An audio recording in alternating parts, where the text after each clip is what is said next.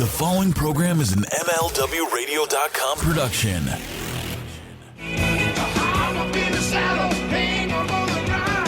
God damn it! What do you mean the power's off? Did someone not pay the bill? Whoever it is, you're fired. Don't you know that you can save thousands at SaveWithBruce.com? You don't need perfect credit or money out of your pocket either, pal. And thank God, maybe I can get the hell out of South Carolina. I'm never, ever doing a pay-per-view here ever again. In fact, I'm about done within your house. I want to be in my own house. And SaveWithBruce.com can make it happen. Cheaper monthly payments, cash out, debt consolidation, and you can even skip your next 2 house payments. SaveWithBruce.com. You heard me, damn it. SaveWithBruce.com. Now get the power on in your house.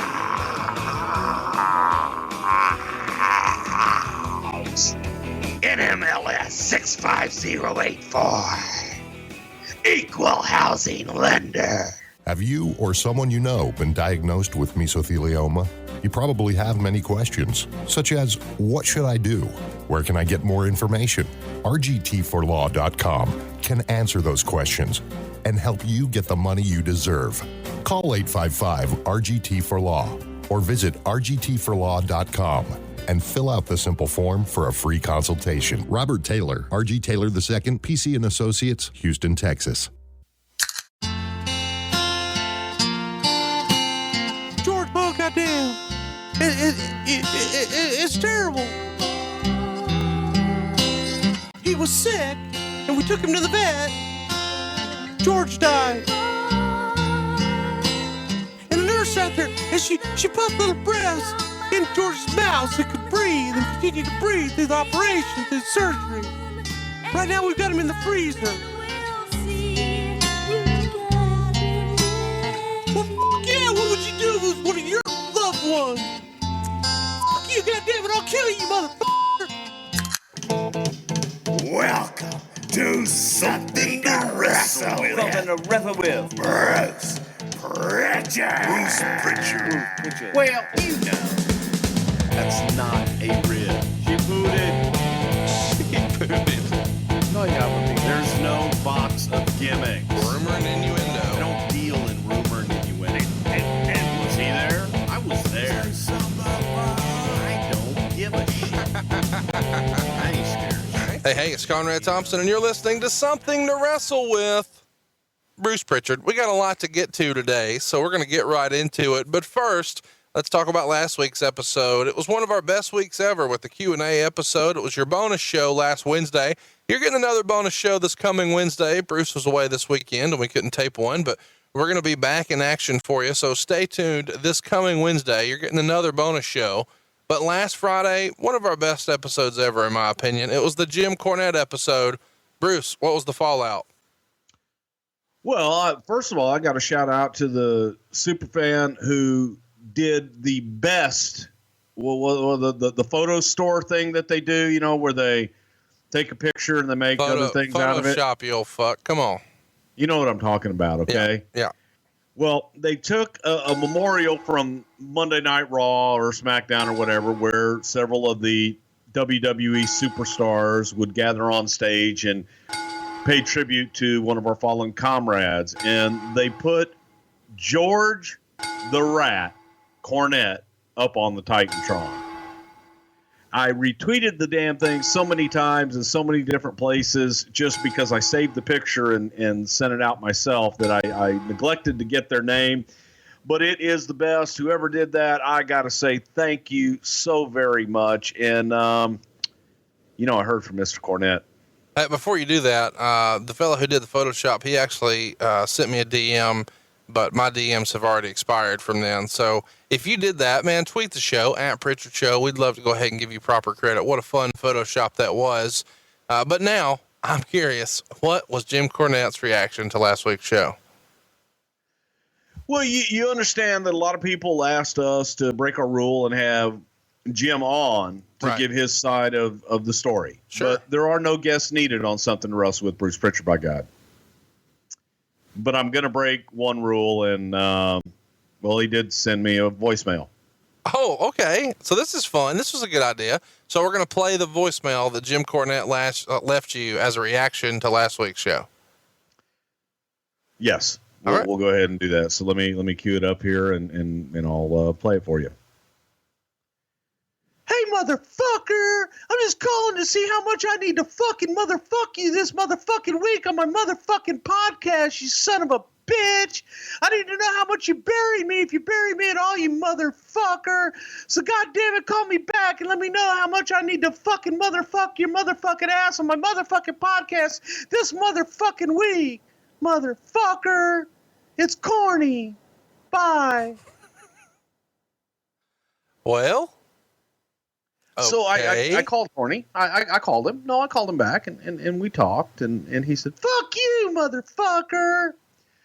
But I think overall, the thing Cornette might have been most upset about was I got his spaghetti box dinner wrong. So it's not Chef Boyardee. Tell everybody what it really is. Kraft spaghetti in a box, motherfucker. That's awesome. Yeah, he was hot about that. He actually sent me a picture of the Kraft spaghetti in a box. Well, there you go. Chef Boyardee sounds funnier, though, does it not? No, yeah, if Dusty Rhodes taught us nothing, it was don't let the truth get in the way of a good story. And we had a good story there. So if you haven't already, man, go check it out. It's Jim Cornette in the archives right now. And I've got to do a little mark out moment because I'm just a fan and this stuff is still cool to me, man. I got a direct message from Rick Rubin thanking me for the Cornette show last week and the love that we showed him. And I'm just a fan. And dude, when Rick Rubin sends you a DM, that shit was badass. I couldn't help but show everybody in the office. It was awesome. So thank you for listening, Mr. Rick Rubin. It is humbling to know that so many people are listening, and especially when my daughter shouts from the other room this week during the start of SmackDown, Dad, you're on TV. Whoever you are, super fan with a Not a Rib shirt, front row and center, this week on SmackDown, holding up the I'm a Conrad Thompson guy. Please DM us your address and what shirt you would like, because we want to load you up. We really appreciate the love, and we have a long-standing policy here. Hey, man, if you help us get on TV, we're going to take care of you. We greatly appreciate you, but you had a kind of a fun little mark out moment this week yourself, didn't you, Bruce? Oh, well, yeah. But first of all, thanks to Rick Rubin, great guy. And, glad to know that he listens, man. That's cool as shit. And thank you to the guy wearing the important part you left out. Yeah, I'm a Conrad Thompson guy. Not a rib, wearing a Not a Rib shirt, front row. That was classic and great as well. But yeah, my fanboy moment. So I was in, as you know, Huntsville, Alabama with you. And last week on the show, we talked about my favorite television show. Everybody's favorite television show right now, if you have Showtime, is Billions. It's the best show. It's Sunday night. Absolutely tremendous. So you and I both, we actually, are big fans of the show. And the first season was tremendous. The second season, if it was at all possible, better than the first. And you dropped me off at the airport. And you call me and say, hey, asshole, what's your favorite show? And I looked around looking for the asshole that you were addressing in that phone call. And I said, well, Billions. And you made a comment, well, yeah, Dan is the guy that got the poster. That's Dan. And I answered to you, Dan who? You're like, Dan Soder. Now, Dan Soder, for those of you who don't know, great comedian, does the absolute, positively best Andre the Giant impersonation you will ever hear. And the best Macho Man. Hey, fuck you. I do better Macho Man. No, you don't. Yeah, I do. No, you don't. Yeah, I do. I do. So, fuck you, Dan Soder. I do a better Macho Man, but your Andre has me beat because I do a caricature. Dan does an actual real impersonation of Andre that is, if you didn't know, you would swear Andre was back alive. But I've been watching this damn show, and I watch Dan's comedy stuff all the time. I watch him with Sam Roberts, and I don't put two and two together. Right. that he's like in my favorite show and one of my favorite damn characters because he's such a prick on the show. And I love him. So me being me, of course, I have to pick up the phone and I call him. And he doesn't answer the phone because who the hell's going to answer when they look down and they see incoming call from Bruce Prichard. And I leave him a message along the lines of, "Hey man, goddamn, hey, it's Bruce." And so anyway, listen, dude, would like to talk to you about my show coming up and blah, blah, blah. And all. And by the way, I just noticed you're on Billions. And I leave this total just fanboy message. And Dan called me right back and we had a great talk. So, and I talked to him at length last night about a lot of different things. And I'm so excited about Billions. And I'm just so happy to know that my favorite comedian is on my favorite damn show. And dumbass me didn't even realize it at the time. And now it just makes it that much better to watch. I got all caught up on Billions yesterday. Shout out to Shuley for putting that all together for me. I didn't realize that the guy that we knew from the show Billions was Dan Soder until Shuley pointed it out last week. So appreciate everybody listening, and everybody's listening even down in Orlando. Am I right, Bruce? Oh, hell yeah. I got to share a couple stories. First of all, Abyss. Okay? Abyss finally got around to listening to the TNA episode that roughly 1 million people have already downloaded and listened. More than 1 million. Yes. And he sends me a text the other day, and I talked to him when we were down there just to let me know, and so I'm going to let everybody else know. On the TNA episode, you had asked me why Abyss never went to the WWE. And I said that Abyss never went because I felt that he was intimidated and that he wouldn't do well, and that the word was that he was intimidated by going there and not, up to it. And Abyss corrected me on that, said I was wrong, that he was not intimidated, and that he was simply loyal to TNA, and that he felt that he was there when it started and he wanted to see it all the way through, and that was the deal, man. So I'm setting the record straight. For Abyss to let everybody know that he wasn't intimidated, he wasn't afraid, and that's cool by me, by God. But another great story. So you're just tucking tail right now to Abyss? Just want to be clear. I'm not tucking tail. I told him exactly what I thought, and that I thought that was the deal, and that was the word that went around at the time. If he feels otherwise, then he feels otherwise, and he brought it up to me, so I'm going to bring it up to our listeners, by God. Okay. I like Abyss. I just like the way you started, and you said he started there and he wants to see it. He wants to see it all the way through. That's what he said. So more power to him. Well, there was another word I thought you were going to say. Loyal there. Son of a bitch. Okay, roll tide. Yeah. I'll let you wiggle since you work with him. Roll tide. No, I'm not wiggling. I mean, the guy's a loyal son of a bitch, and I'd want him in a fight, with me any day of the week. So yeah, I'm not going to piss him off. Because he would want to be there till the end. Continue. Goddamn right he would be. So I'm sitting there, and I'm talking to Magnus. Actually, I don't even think I was talking to Magnus. We were in kind of the same area. And an alarm goes off on someone's phone. And out of nowhere, Magnus looks over at me and yells out, "Bruce, time to take your damn pills." Because on this damn show, every once in a while, my alarm goes off. And Conrad, who's always around me a lot, at 5 o'clock when my alarm goes off, it's time to take my pills. And he just kind of got that. And I got a kick out of that 5 o'clock, it's time to take my pills. How difficult was it for us to not trip in this segment? Well, I mean, over all the names we just dropped. If you were to trip and fall, you should go to rgt4law.com. Have you or a loved one been affected by mesothelioma? You may not have to file a lawsuit to get a recovery. Go to rgt4law.com and fill out the easy form for more information. Robert Taylor, RG Taylor II, PC and Associates, Houston, Texas. Okay, 11 minutes of audio masturbation out of the way, and now it's time for us to talk about why you're really here, and it's In Your House 8, Beware of Dog. I can't believe this is a thing, but it is, and it happened on Memorial Day weekend, 1996 in Florence, South Carolina. It was at the Civic Center, and it's probably one of the more crazy pay-per-views in the history of the business. It's really mostly famous for one thing, and that's the power going out. But there's really a lot going on in the company at this time. So let's dive right in. First, Bruce, let's just address the elephant in the room, so to speak. Why Florence, South Carolina?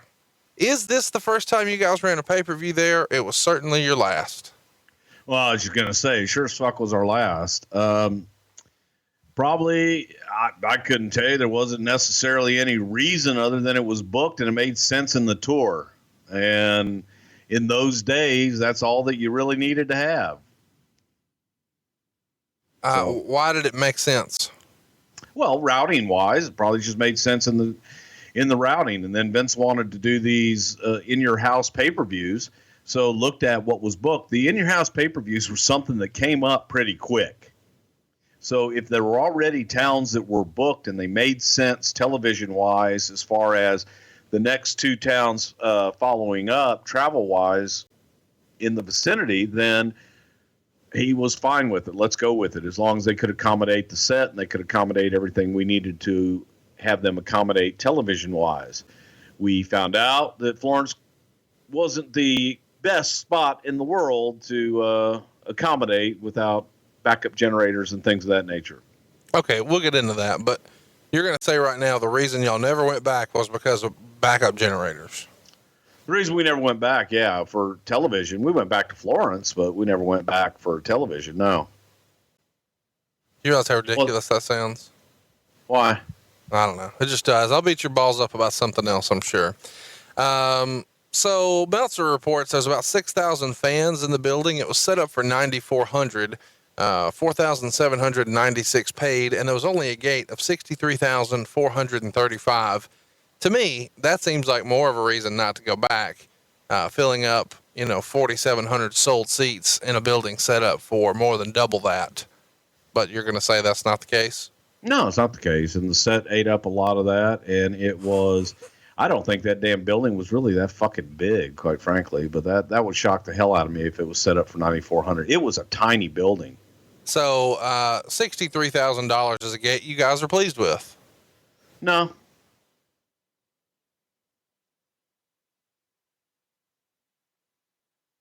Not really.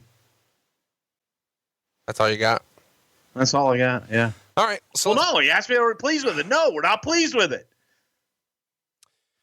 The prior In Your House 7, is written about in the May 6, 96 Observer. Meltzer writes, another plus of the show was by the time it was over, the entire pay-per-view lineup for May 26th in Florence, South Carolina was announced. And here it is, 8 matches on pay-per-view with 2 dark matches.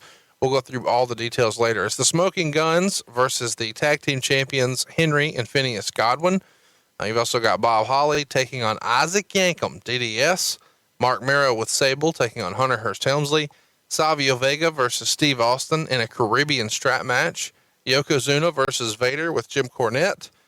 The WWF Intercontinental Champion Goldust, seconded by Marlena, taking on the Undertaker with Paul Bearer in a casket match. Jake Roberts would take on Justin Bradshaw with Zebekiah. The world champion Shawn Michaels with Jose Lothario would take on Davey Boy Smith with Jim Cornette, Owen Hart, and Diana Hart Smith. And a dark match for after the show, Ahmed Johnson versus Jerry Lawler. And this was a weird one, Owen Hart versus the Ultimate Warrior. So a pretty full card here. But to just kind of catch everybody up, Bret Hart is still with the company here, but he is not signed to this pay-per-view. And his most recent show after taking off after WrestleMania 12 was May 12th. He had already been booked to be in Kuwait, so he made that appearance, and we wouldn't see him again until late July, also on international tour, and we wouldn't see him again on American television until he was in the ring in October announcing that he was coming back. So catch everybody up again, remind everybody who maybe wasn't paying attention at the time, where was Bret during this time? Was this just normal time off? Did he ask for the time off? Was he doing outside projects? What's the scoop? Bret had asked for the time off prior to WrestleMania 12, and I believe this was during the time frame that Bret was doing Lonesome Dove. or Sinbad, but I think it was Lonesome Dove, the television series. And Bret had been on the road forever and was just looking for time off, spend with the family, do some outside projects, and it had been approved, and we knew it before WrestleMania, and it was a time that going to give Shawn an opportunity to run with the title. Do you think some of that was by design in that you wanted Shawn to be accepted as the guy? And if you take the previous top guy out of the picture for a little while, it gives your new babyface a chance to really get the shine without people cheering in the background for their old hero? It definitely helped, and it helped that Bret wanted that time off, but that was Bret's call. If Vince, in a perfect world, could have had Bret during this time, I think he would have preferred that, just because it's more star power. And at the same time, he also didn't want to burn him out and have him fried. So to be able to give Shawn that opportunity to run as the babyface champion without the competing Bret Hart babyface, that made life a little easier too. Business still feels like it's down here to me, but Meltzer would tell a different tale. He would write, overall house business has basically doubled from this time last year, and the per show average is the highest it's been in many years. Although comparing with early 92, for example, in those days, the WWF ran 40 split crew shows per month, averaging 6,000 per event. And now it's 13 loaded shows per month with the same average, but it's by far the best business since 1992. So business is up. But when you go to a half empty house for a pay-per-view, when you've got the Ultimate Warrior there, this feels, and your champ, by the way, and the Undertaker, and Jake the Snake, and the former champ Yokozuna, it feels like a disappointment. Why do you go ahead? Probably. Yeah, no, probably was a disappointment. I think when you look at it overall, but it was also a rebuilding stage where you're coming off of WrestleMania and you're trying to build a new champion in Shawn Michaels, and the Bulldog wasn't the hottest heel in the world. So it was a tough time because you're trying to do so much and serve a lot of masters. Warrior was back for a few months. And I think that Vince felt putting Warrior in feature matches, that's all you had to do. Right. You didn't necessarily need to have him in a program, and you didn't have to be pushing Warrior in an angle at that point, because his return and him being back, Vince felt should have been enough. And it wasn't. Why do you think it wasn't? Because I'm curious by that. The Ultimate Warrior, had a pop when he came out, and people were certainly intrigued, I guess is the right word. Kind of catch me up. Why don't you think at this moment he wasn't drawing what people expected? Well, Warrior wasn't drawing prior to this, so I don't know that it was, for a lot of us, wasn't that big of a surprise. And that's just, I'm going to use myself, Jim Cornette. I think a lot of us kind of felt, man, Warriors ain't all that. And Vince felt otherwise. Vince felt that Ultimate Warrior was equal to Hulk Hogan in drawing appeal, and all you had to do was put his name on the card. In this day and time, especially when we were focusing so much on trying to tell stories and trying to get Shawn over and everything else that you're doing, to just rely on that attraction star power of Ultimate Warrior, people weren't really buying it. And we had not yet really done anything with him major to make them care, other than his return. So it was kind of a throw it out there, come see the Ultimate Warrior. He's going to work against a traditional heel and Owen Hart here for the dark match. But yeah, it fell short, and I want to say it fell short most of the time. Why not put Warrior on pay-per-view? Because these were in your house pay-per-views, and you wanted to save. You didn't want to put everything on these pay-per-views. You wanted to hold something back for coming up was going to be the King of the Ring and then SummerSlam. And we tried to alternate those a little bit. We tried not to put the champion on every one. And we tried to have different feature attractions because it was a monthly deal, and it was still relatively new for us. Do you think, well, I mean, I know you don't normally talk about money, but I'm just going to ask, would Warrior have had a deal here that paid him more for pay-per-views, or was it strictly appearances for X amount of money? No, it was, he had the same type of deal as everybody else. However, at this time, Warrior did have a downside guarantee, but he was still paid per event based on what Vince felt that he contributed to that event. So he wouldn't have had a problem working a dark match in Florence, South Carolina on pay-per-view? No. Okay. Let's go across the aisle, so to speak. WCW announces on May 8th that they're going to expand Monday Nitro to 2 hours effective May 27th. That's of note because that's supposed to be the day after In Your House 8, Beware of Dog. The ratings probably have something to do with this because the May 6th Nitro draws a 1.9 rating at 7 p.m. Meanwhile, Raw draws its second highest rating in history of a 4.1. Let's just get right into that May 6th episode. You guys opened the episode of Raw here with a graphic announcing the death of Ray Stevens and saying that you're going to dedicate the show to his memory. A lot of fans who are listening to this may not really know who Ray Stevens was and what his contribution to the business was. Can you catch everybody up as to who Ray Stevens was? Ray Stevens was probably one of the greatest all-around workers ever to lace up a pair of wrestling boots. He was Pat Patterson's longtime tag team partner in the ring, made a ton of money in the San Francisco area working for promoter Roy Shires and also in the AWA for Vern Gagne and the old WWF for Vince's dad. Ray was working son of a bitch, great psychology, and had so much influence on so many guys. Ric Flair and Rick's bump into the corner, the flip in the corner, that was the Ray Stevens bump. And that was something that Rick did, something that Shawn Michaels did, and a lot of guys kind of as a tribute to Ray Stevens. But Ray was a bumping machine, a working heel that could work with anybody. Meltzer says in the May 13th issue of The Observer, in the 60s, the general consensus within pro wrestling was that Stevens had followed in the footsteps of Buddy Rogers as being the best all-around performer in the business.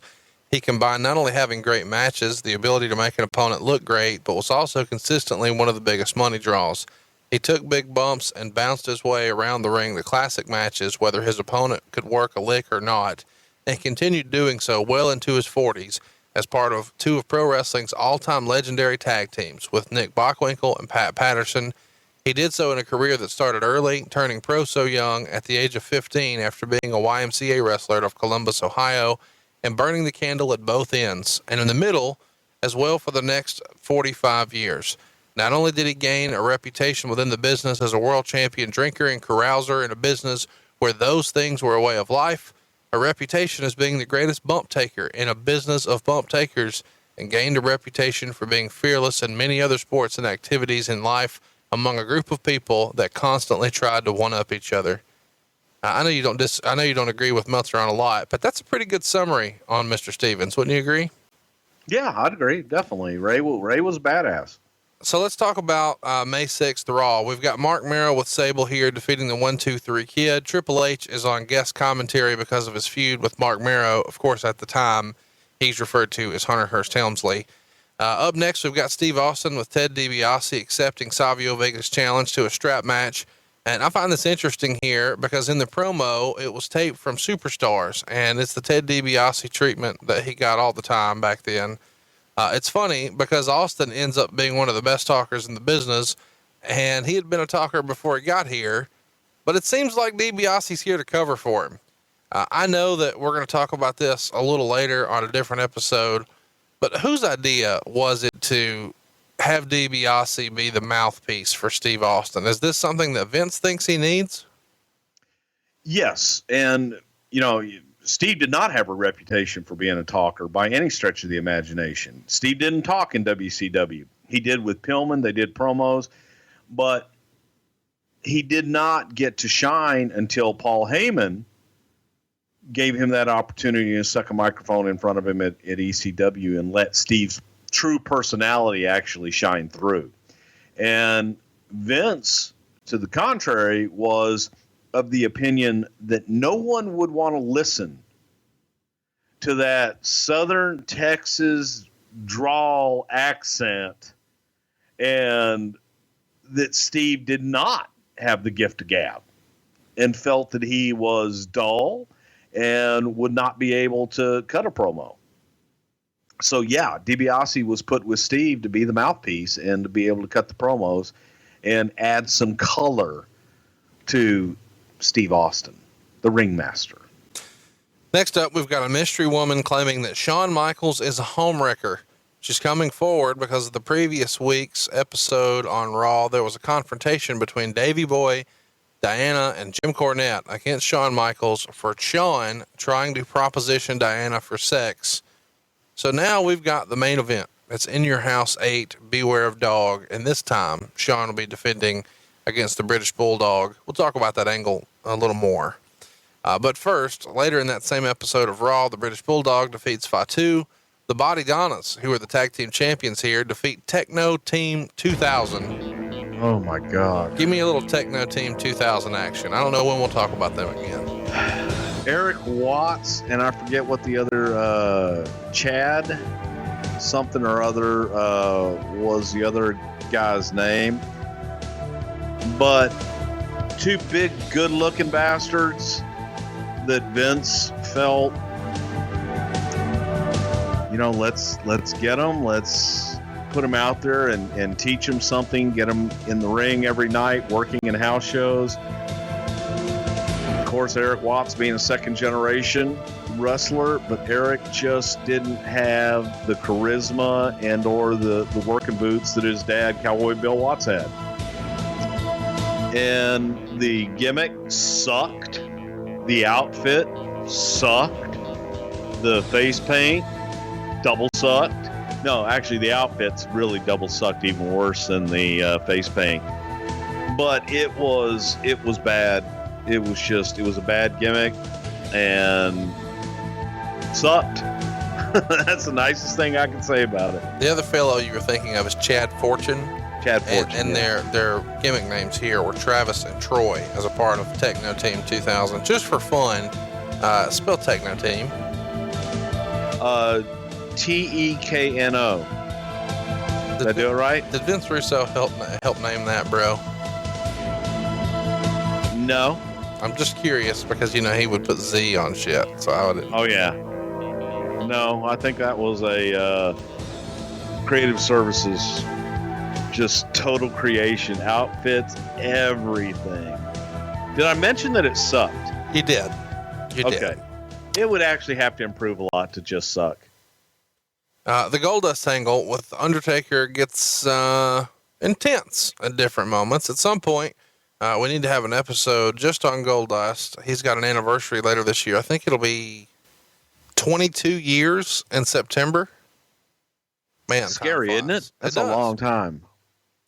Anyway, he is the Intercontinental Champion here, and he's feuding with the Undertaker. And the whole heel angle is supposed to be based on Goldust kind of being either passive aggressive or then just aggressively forward with his passes at other male wrestlers. They're kind of playing a little homophobia here. And on this episode of Raw, Goldust comes out to do commentary with McMahon, and things get kind of weird about licking up the Undertaker's boot. Lots of weird stuff going on here. Then the Undertaker in this match, of course, pins Owen Hart at around 9 minutes. And he does this by picking his opponent off the apron and hitting the tombstone right after Hart became distracted by having his ass grabbed by Goldust. As we mentioned, Goldust is here doing the commentary, and then he's scared from ringside along with Marlena after Paul Bearer brings out a gold casket. So that sets up our casket match. So around this same time, it's important to note that the WWF is actively recruiting and signing new folks to developmental. The May 13th issue of The Observer has Meltzer write, "The Punisher, who I believe his real name is Ben Buchanan, and Dwayne Johnson, the son of Rocky Johnson and grandson of Peter Maivia, were both signed to developmental contracts. The developmental deals basically pay the guys $300 or so per week to augment their income while gaining experience, which in each case will probably be the USWA. At the time, did you know who the expectation would be bigger for? Because Buchanan was a big kid. Yeah, Bull Buchanan was a guy that Cornette had used in Smoky Mountain before, and just a big, good-looking guy that could fly and bump and do a lot of things for a big guy.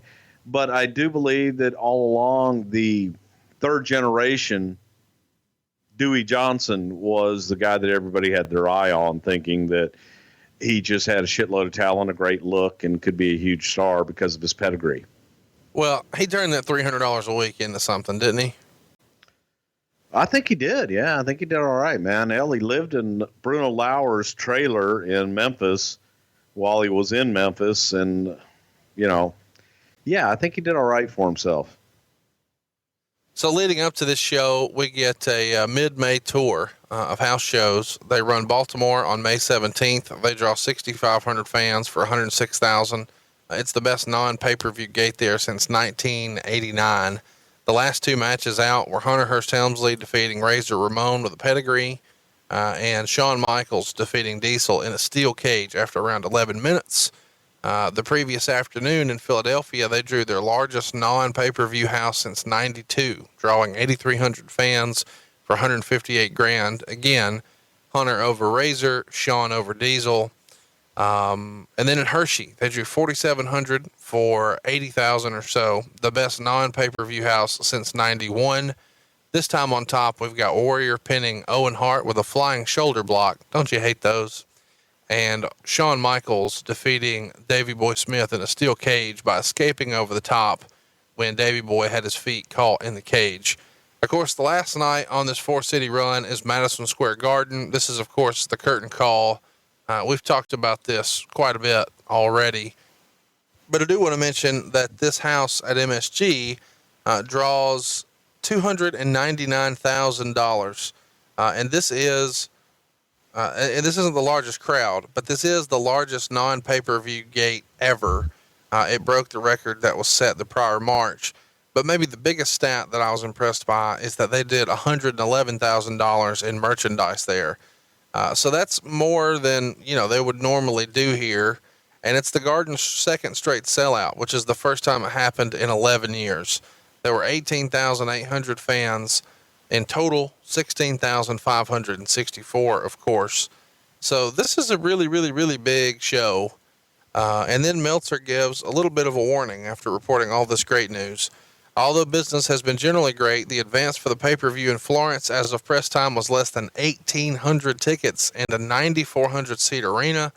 King of the Ring is about 60% sold out, however, and that's before a card has ever been announced. This has to be location, right, Bruce? I mean, how can you draw so fucking strong in New York, and then King of the Ring, you've got a really strong gate, and you don't even have a fucking card announced, but this pay-per-view here, it's just fucking dying. Yeah, it is. And the location does definitely serve a big part of that, because it wasn't a stronghold. It wasn't the Northeast, but as I said, it was unfortunately a victim of booking. And when I say booking, of booking the towns and routing. You got to get 3 towns that are going to be compatible as far as being able to drive, get all the trucks from place to place. And sometimes you got to roll the dice, and sometimes they come up and it's the shits. It's worth mentioning King of the Ring 96 was in Milwaukee. So if you're really playing along at home with your map, you kind of know what we're talking about. However it went down, the curtain call that is, we'll talk about it another time in long form, but at the end of it, Kevin Nash and Scott Hall are out of there. No longer Diesel and Razor. They're going south, and things change for Hunter Hearst-Helmsley, which we'll get into. One of the oddest sets of circumstances, I guess, we've ever seen in pay-per-view history is the way they had to combine 2 shows here. I'm curious too, Bruce, what was the strategy, and was it something that made sense at the time, and now as time has gone on, you guys have moved away from it? Because it doesn't seem like it happens as often. The pay-per-view is scheduled for Memorial Day weekend on a Sunday, and I don't feel like we see that happen quite a bit anymore. Was this a mistake here, or was that common thinking at the time? When did the thinking change? Why don't we see more pay-per-views centered around Memorial Day or Labor Day or Thanksgiving? You know, I don't think that they really do that well. It's not a time that people are going to gather around the television and watch TV. Right. Memorial Day weekend, Labor Day weekend, man, that's a time to be outside. People are barbecuing. They take trips with the family because it's a 3-day weekend. A lot of people take Friday off, make it a 4-day weekend. So it's not a time to gather. For live event business, you might do okay in some spots. But for pay-per-view, hey, everybody, let's come inside from a beautiful day out of the barbecue and let's watch TV. It's not good for a pay-per-view because, you want people to come inside and gather and watch TV. Doesn't work. Not a good time. 4th of July weekend, another one that's just the shits. Yeah, I can't argue that at all. And it seems like they kind of learned their lesson here on a few things. Lots of moving parts on this show. Of course, the power outage throws a monkey wrench in everything. The network has tried to do what they could. But what you wind up seeing is the show's kind of stitched together. Because if you had the live pay-per-view feed, you were treated to a whole lot of literal dark matches. And then the power comes back on for your main event. Now that doesn't happen on the network. On the network, you go from one match right into the main event. And then after the main event, they jump to the next pay-per-view, which was Tuesday. Raw would have happened in the middle. Raw is still on the network in its entirety. If you'd like to enjoy that, we're going to try to catch you up as much as we can. The only reference to the storm on the pay-per-view comes about 23 minutes and 15 seconds into the network feed. Davey Boy is on his way to the ring, and Vince says something like, "We thank you very much for your patience. Indeed, what a storm on the outside of the building here." So that's all you can kind of see now. And then when Michaels is coming to the ring, McMahon announces that in addition to the encore replay, they will be giving viewers the matches that they missed as well. So we'll talk about that when it comes up here organically, Bruce, in just a minute. But first, let's talk about what Meltzer thought of the show. The readers of The Observer gave the show 22.8% thumbs up and 77.2% thumbs down. Given the circumstances, nobody can argue this was a thumbs down show, right? The live one or the Tuesday one? Is there a difference? Yeah, there really is. It pretty much sucked all around. But there were, as I watched the matches, man, I thought that Davey Boy and Shawn had an excellent match.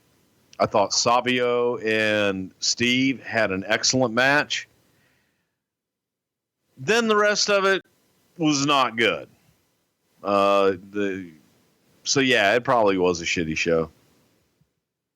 And having to do it all over again on Tuesday adds to the suckiness of it.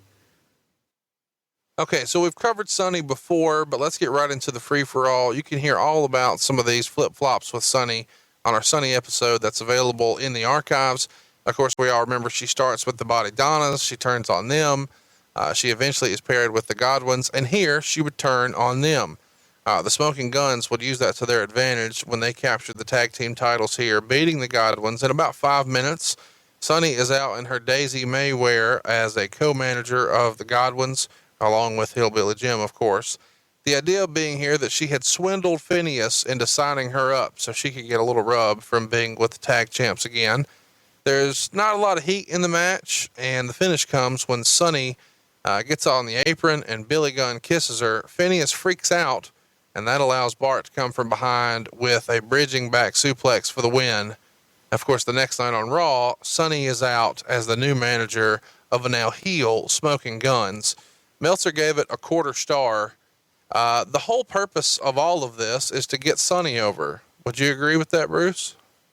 Yeah, definitely. And try and get some personality out of the Smoking Guns and be able to see whether or not they were going to make it as a feature tag team.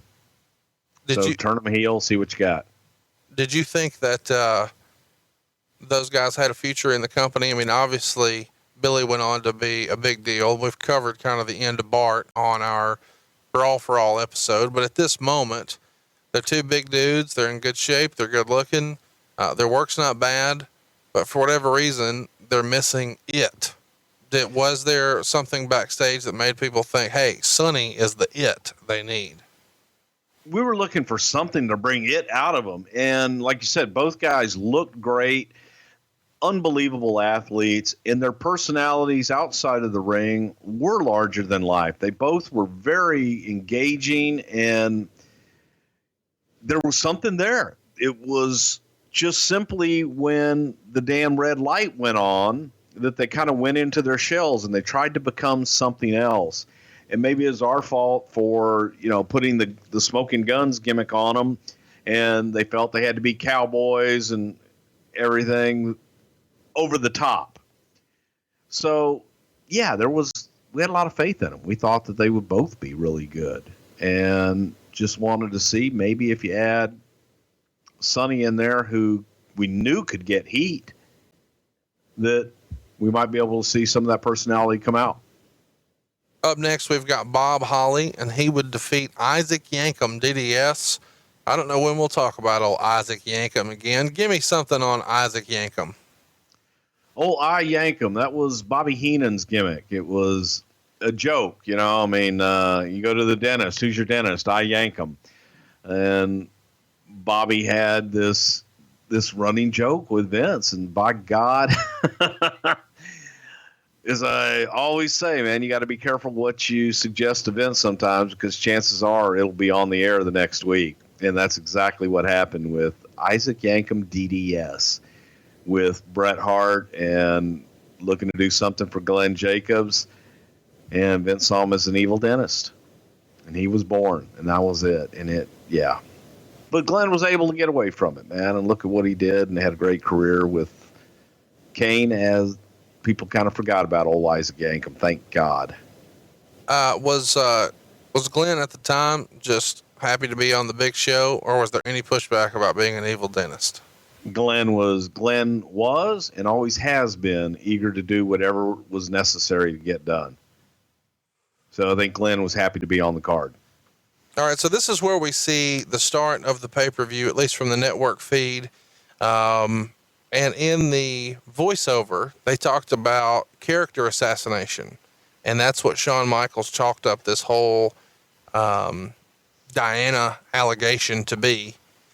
I'm curious, are you guys at this point just trying to do, what's the strategy to get him over as a babyface? He seems like such a natural heel here, in real life, and just his overall swagger and demeanor, but you're trying to get him over as a heel. And the way to do that, you think, or as a babyface, and the way to do that here is to claim that his character is being assassinated? Kind of sell me. The most charismatic WWF champion ever of all time in the universe. Yeah, pretty much. You got to make him human in some way, somehow. You got to be able to try and find something that someone can relate. And being wrongfully accused of trying to steal another man's wife. You felt like that was something that the audience could identify with? Hopefully, yeah. Just something to be able to kind of throw some heat on Cornette, some heat on Bulldog, and make people feel sorry for Shawn. Somehow, some way. Chat me up. What would it have sounded like, Vince being in South Carolina? Would he have been excited to be there? It feels like South Carolina is the type of place that Vince just fucking hates. Vince is from the Carolinas, so yeah, he hates it. Absolutely hates it. That's what I was going to say. Yeah, of course you'd hate it. Yeah, why not? Now, by the way, South Carolina's awesome. I'm a big fan. I just know that, Vince hates everything in the South. What I didn't hate watching this back is the cheesy, horrible in-your-house graphic that you guys did here, with the horrible dog in the doghouse, and he runs out on the chain. These are just like the cheapest, shittiest, crappiest graphics in pay-per-view history for you guys, I feel like. No, Vince wouldn't call them cheap. Vince would call them affordable, pal. Okay. All right. Hypothetically speaking, if Vince McMahon were looking for something affordable, what would he do? Well, hell, pal, he'd go to stamps.com. Well, I mean, that makes sense because these days you can practically get everything on demand. Like our podcast, you can just listen whenever you want, whenever it's convenient for you.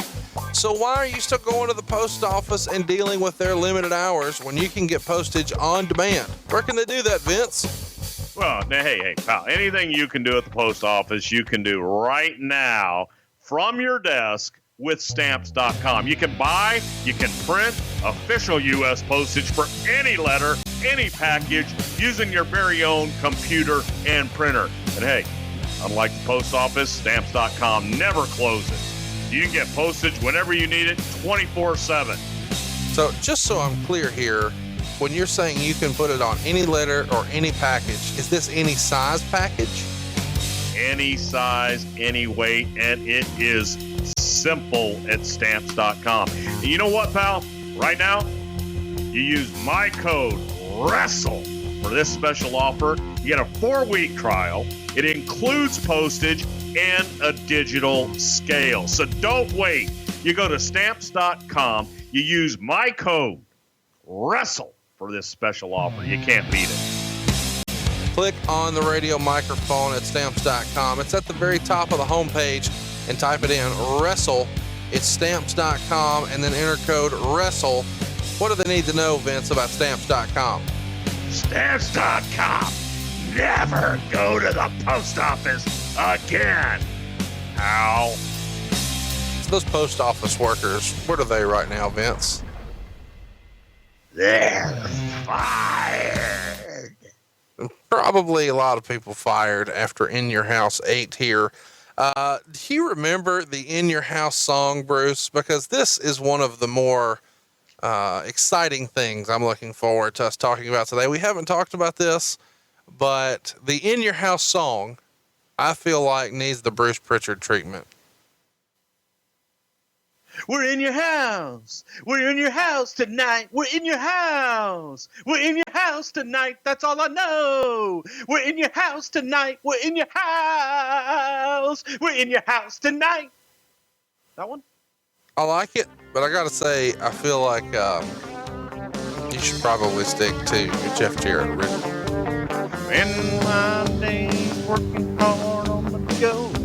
Hands on the clock, keep spinning too slow. I can't wait to be alone with my baby tonight. So, Bruce, we'll talk about In Your House, the idea and its inception another time, but briefly here, what was the thinking behind doing the In Your House concept, and would you consider it a success? Well, we just want to be in your house, be in your house, we're in your house. The idea, simply put, was to get to that monthly damn pay-per-view, and felt that he was leaving money on the table. So the idea was to try and do an affordable pay-per-view alternative instead of doing the whatever the hell they were at the time, $29.95, to do a price point that was affordable that people could participate every month. I don't know. Who would have been for it? Who would have been against it? Because there had to be a school of thinking that thought, oh, there's too many pay-per-views. We're doing it too often. Well, there's two different schools of thought from the standpoint of, yes, okay, maybe you're doing too many pay-per-views, but those of us that came from the territory systems where you ran the same town every week, it was, well, shit, we could just program the pay-per-views on a monthly basis, no different than we used to be able to program the weekly towns. So that was the way that we approached it, was an opportunity to, because still television wise, we were still doing not as competitive TV, if that makes sense. We were still doing a lot of squash matches. We were still doing the television formula that had been tried and true for years. So it wasn't as competitive as it got, later on with the introduction of Nitro, what have you. So overall, you would consider this a success? I think that, well, yeah, I mean, but eventually we went from doing the in your house to doing monthly pay-per-views and doing 3-hour pay-per-views at a larger cost. So yeah, I would consider it a success. And it just kind of made us think, what the fuck did we do fucking around, with the lower price point in 2 hours when we could have stayed at the same price point and just done that third hour and do you think be a regular pay-per-view? Do you think Vince sometimes bought into, what a lot of people believe to be true, which is, oh, wrestling fans are poor. Oh, we're pricing them out of the market. Oh, they can't afford it. Do you think Vince ever fell into that line of thinking that he may be pricing himself out of the market, so he's a little scared to ask for the money? At that time, the overall entertainment industry was kind of in a decline a little bit, and we always used Ringling Brothers and the Harlem Globetrotters as our barometer. If Ringling Brothers was down overall, you could go and you could look at rock concerts and everybody else. They were the barometer for a long time, man. Now you think about that. And essentially now they're not touring anymore. They're out of business, and they used to be the standard bearer. They used to be the barometer in a lot of ways. And you would look and see what the Globetrotters were doing, if they were hot, if they were cold. And that would set the temperature for a lot of things. You would look and see what concerts were doing. And business was down across the board, and there was a feeling that the big concerts, they were lowering their prices. Ringling Brothers had gone in and done this big push for family-friendly pricing to get the whole family to come out. And so there was concern with that. Yeah, there definitely was. I think Vince always felt that they, especially on pay-per-view, if you had the right attraction, they're going to pay whatever you ask. Well, I'm curious at the time, what was the cost of a Ringling Brothers pay-per-view? Ringling Brothers didn't have pay-per-view, Conrad. Fuckwad. Just telling you, in entertainment, it's a goddamn barometer. What you're looking at in your fucking house shows is what you can charge people for entertainment. I asked about pay-per-views, and then you gave me Ringling Brothers. But we took all of that. You took the entertainment dollar into consideration. Where did you take it? To your house. In your house. We're in your house. I'm going to be singing that shit for weeks now. So first up, we've got Marc Mero, and he's going to take on Hunter Hearst-Helmsley, but Hunter's out first, and he's with a brunette. Who is this lady? A model. Just a fucking rent a model. Rent a model. Just rent a whore. Did you guys pay her by the hour? Yeah, I probably did. I don't know. Fuck. Who's in charge of that? Did you let Cornette handle this? Oh, no, shit. This was during the time that I believe Lisa Wolf was handling the female talent. So yeah. Who picked this model? Take a look at her. Probably Lisa Wolf. Yeah, she wasn't. God, man, I saw that and I'm thinking. And then you listen to Lawler fawn all over her. And I'm sure she's a very nice lady and she's an attractive woman, I guess, if you like that. But whoa, what does that mean? If you like that, man. Not my type. Let me put it. Let me say it that way. Okay, not my type. Well, how do you think she feels? No my yapo. How do you think she feels about Boar's Head? Hey, we got a shout out from the Boar's Head guy, man. He was happy. I got a shout out from Boar's Head guy on Twitter. Thank us because we said that at least it's at least classy cold cuts. I had my notes here when I watched this. Marc Mero comes out first after not the best fucking promo. He is introducing himself as the Wild Man, and he closes with "Welcome to the Jungle." Who's scripting promos here? Because this is just fucking not good. Well, no, we didn't script promos here. Wow. What did you think of that promo? Fucking awful. As as I was watching it, it brought me back to the meeting that we had with Mero before Mero came in and talking about what are we going to call him. Vince was enamored with Johnny B. Bad. Yeah, that's what I wanted to get into, because there's rumors out there that he felt like he signed Johnny B. Bad, and Johnny B. Bad was a WCW character, and then Mero gets there and he has no fucking idea what to do with him. That's what we fans hear. What really happened? Yeah, pretty much. Vince loved Johnny B. Bad. Thought Johnny B. Bad had a lot of charisma and personality and was larger than life. Marc Mero, not so much. And I remember being in Vince's, the booking room right outside of Vince's office, and we were meeting with him, and we were trying to come up with a gimmick and trying to come up with a name. And Marc, this is in the infancy of the internet and the infancy of like Prodigy or whatever that, remember that shit? Yeah. Where guys would get on like a board and you would talk to people, right? And you could actually interact with people all over the world on your screen. Yeah. Like Twitter. Something like that. Yeah. Yeah. It was new. That was a big thing back then. Sure. And Mero embraced it.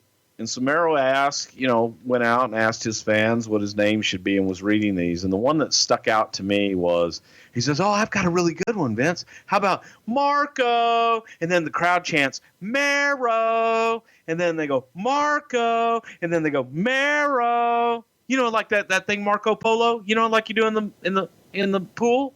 But they, instead of polo, they go, "Marco, Mero."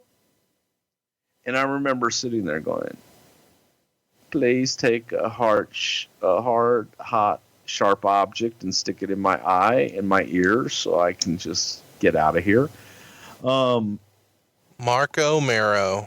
That's No, not Marco Mero. Marco Mero. Marco Mero. We're going to get just a shitload of tweets on that, which is people sending out to us, "Marco Mero." On that note. Exactly. So, man, we went back and forth with just different gimmicks and names and all these different things, just settled on Marc Mero. But Vince was also infatuated with Sable. Well, yeah, roll tide. Absolutely, God damn, she was gorgeous. Still is. But, I mean, she was just... something else. She was striking.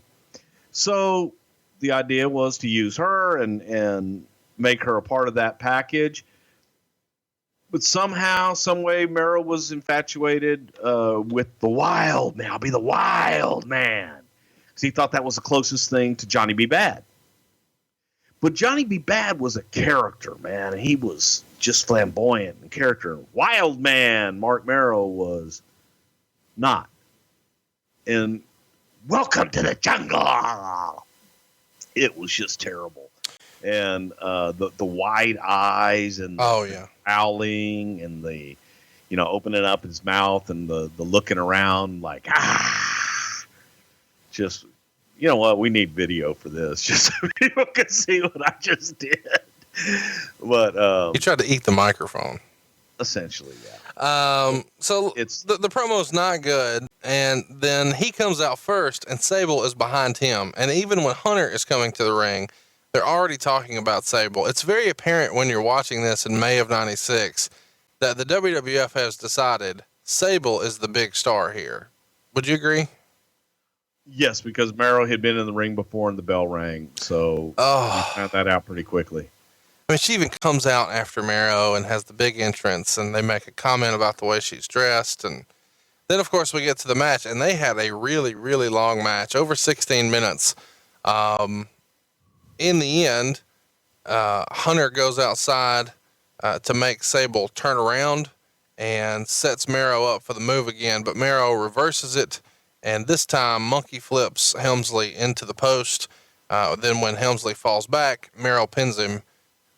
We get 3 stars on this from Dave Meltzer. What did you think of this? Fuck off. I thought, oh my God. See, this is the shit that just astounds me. He gives this fucking abortion of a match 3 stars. Yeah. And I cringed watching the damn thing. Chat me up. Why?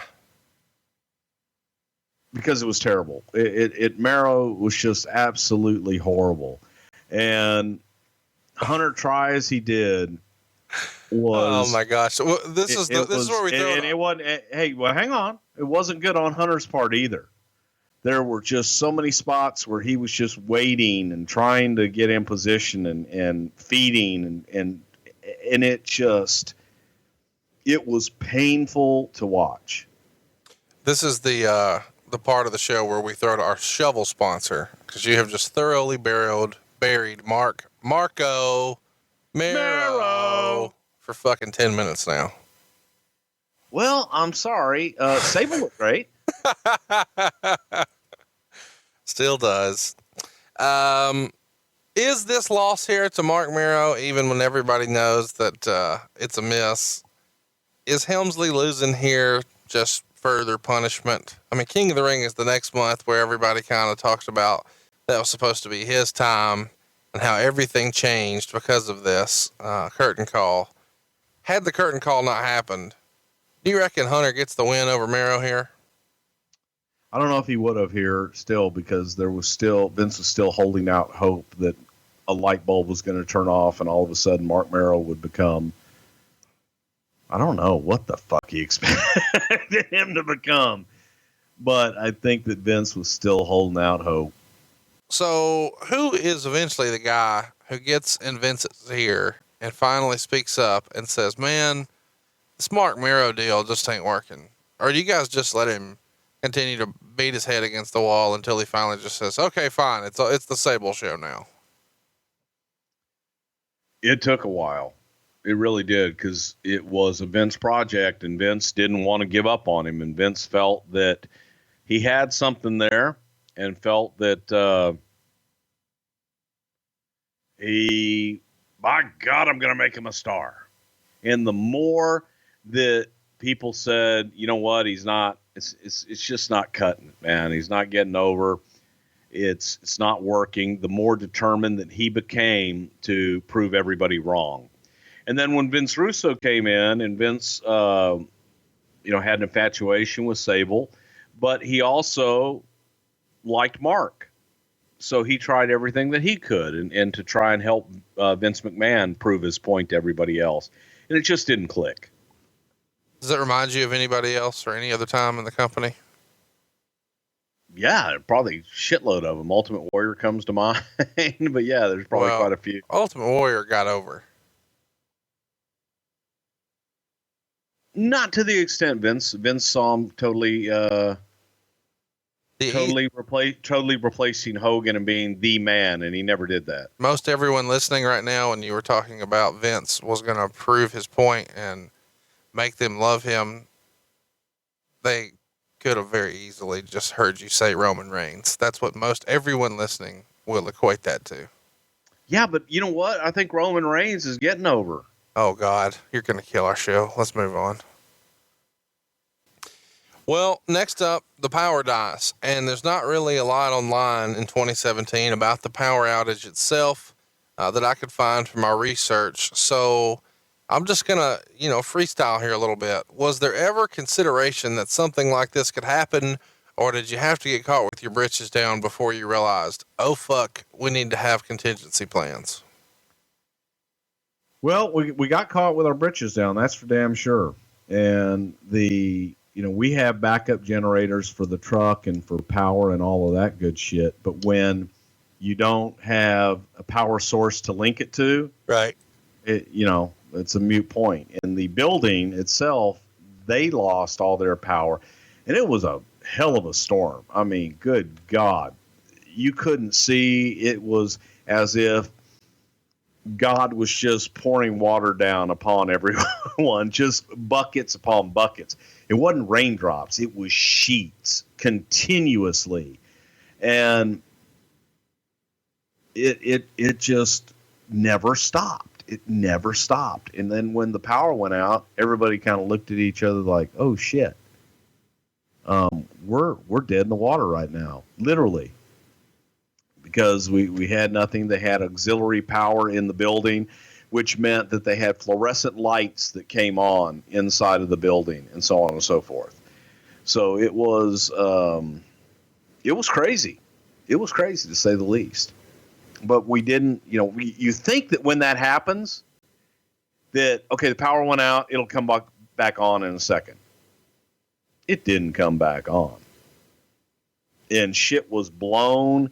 And we were scrambling to just try and figure out, okay, what do we do now?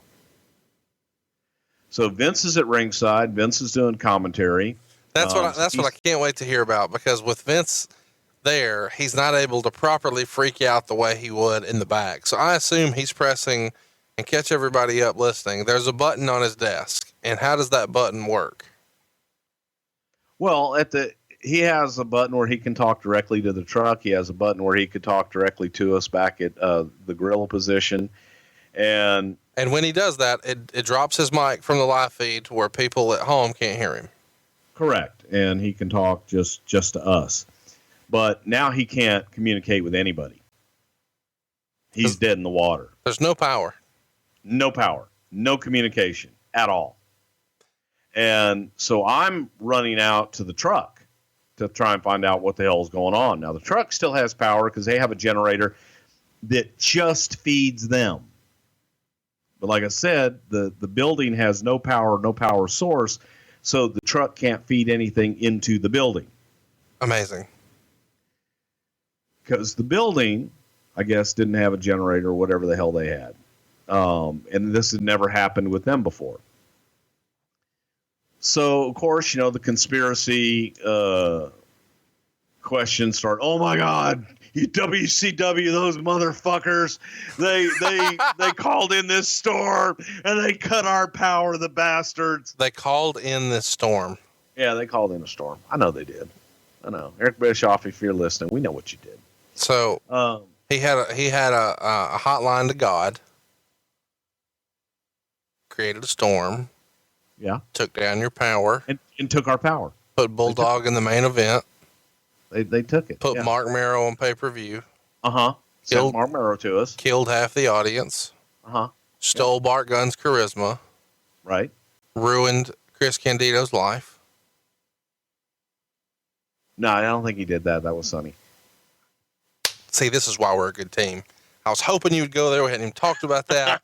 I teed one up and boom, you hit it right out of there. Yeah. So Vince is freaking out. Does he not? No, actually, no. Vince didn't freak out at all. So, well, that's Vega, that's the end of the show. If Vince doesn't freak out, that's the end of the show. Let's just roll the credits. Oh, well, no, because the fact that he didn't freak out makes it that much funnier to me. Because I'm freaking out. Sure. And I'm in the back, and I am freaking the fuck out because we got no power. So I'm running from the truck, getting soaking wet, backstage, and I've got to run out to communicate to Vince. So I run out to communicate with Vince, and I'm sitting there, and I have the run sheet in front of me, and I'm looking at what's coming up in the show. By candlelight. No, you had auxiliary lights. So you had like little shitty fluorescent lighting that you could see. But don't ruin my dream. For the purposes of my story. I had a candle. You and Pat Patterson are walking around back with a fucking treasure map and goddamn candlelight. Pat wasn't there, I don't think. I think it was me and Briscoe. How would you know? The lights were out. You don't know. Good point. Good point. Jerry Briscoe and I had matches, but we didn't want to use all of them because we were going to need them later. So we were just making matches and going, okay, make sure we've got at least 3 for later on because So I go running out to the ringside at the desk where Vince is calmly sitting at the desk. Amazing. Drinking a cup of coffee. And I'm sitting down and he's got his headset off and he's just sitting there. He's got his right elbow on the desk, and he's drinking his coffee in his right hand.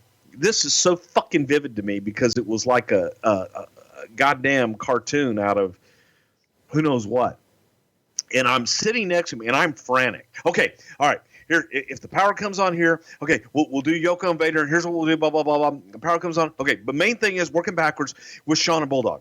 Blah, blah, blah. And Vince never looks at me.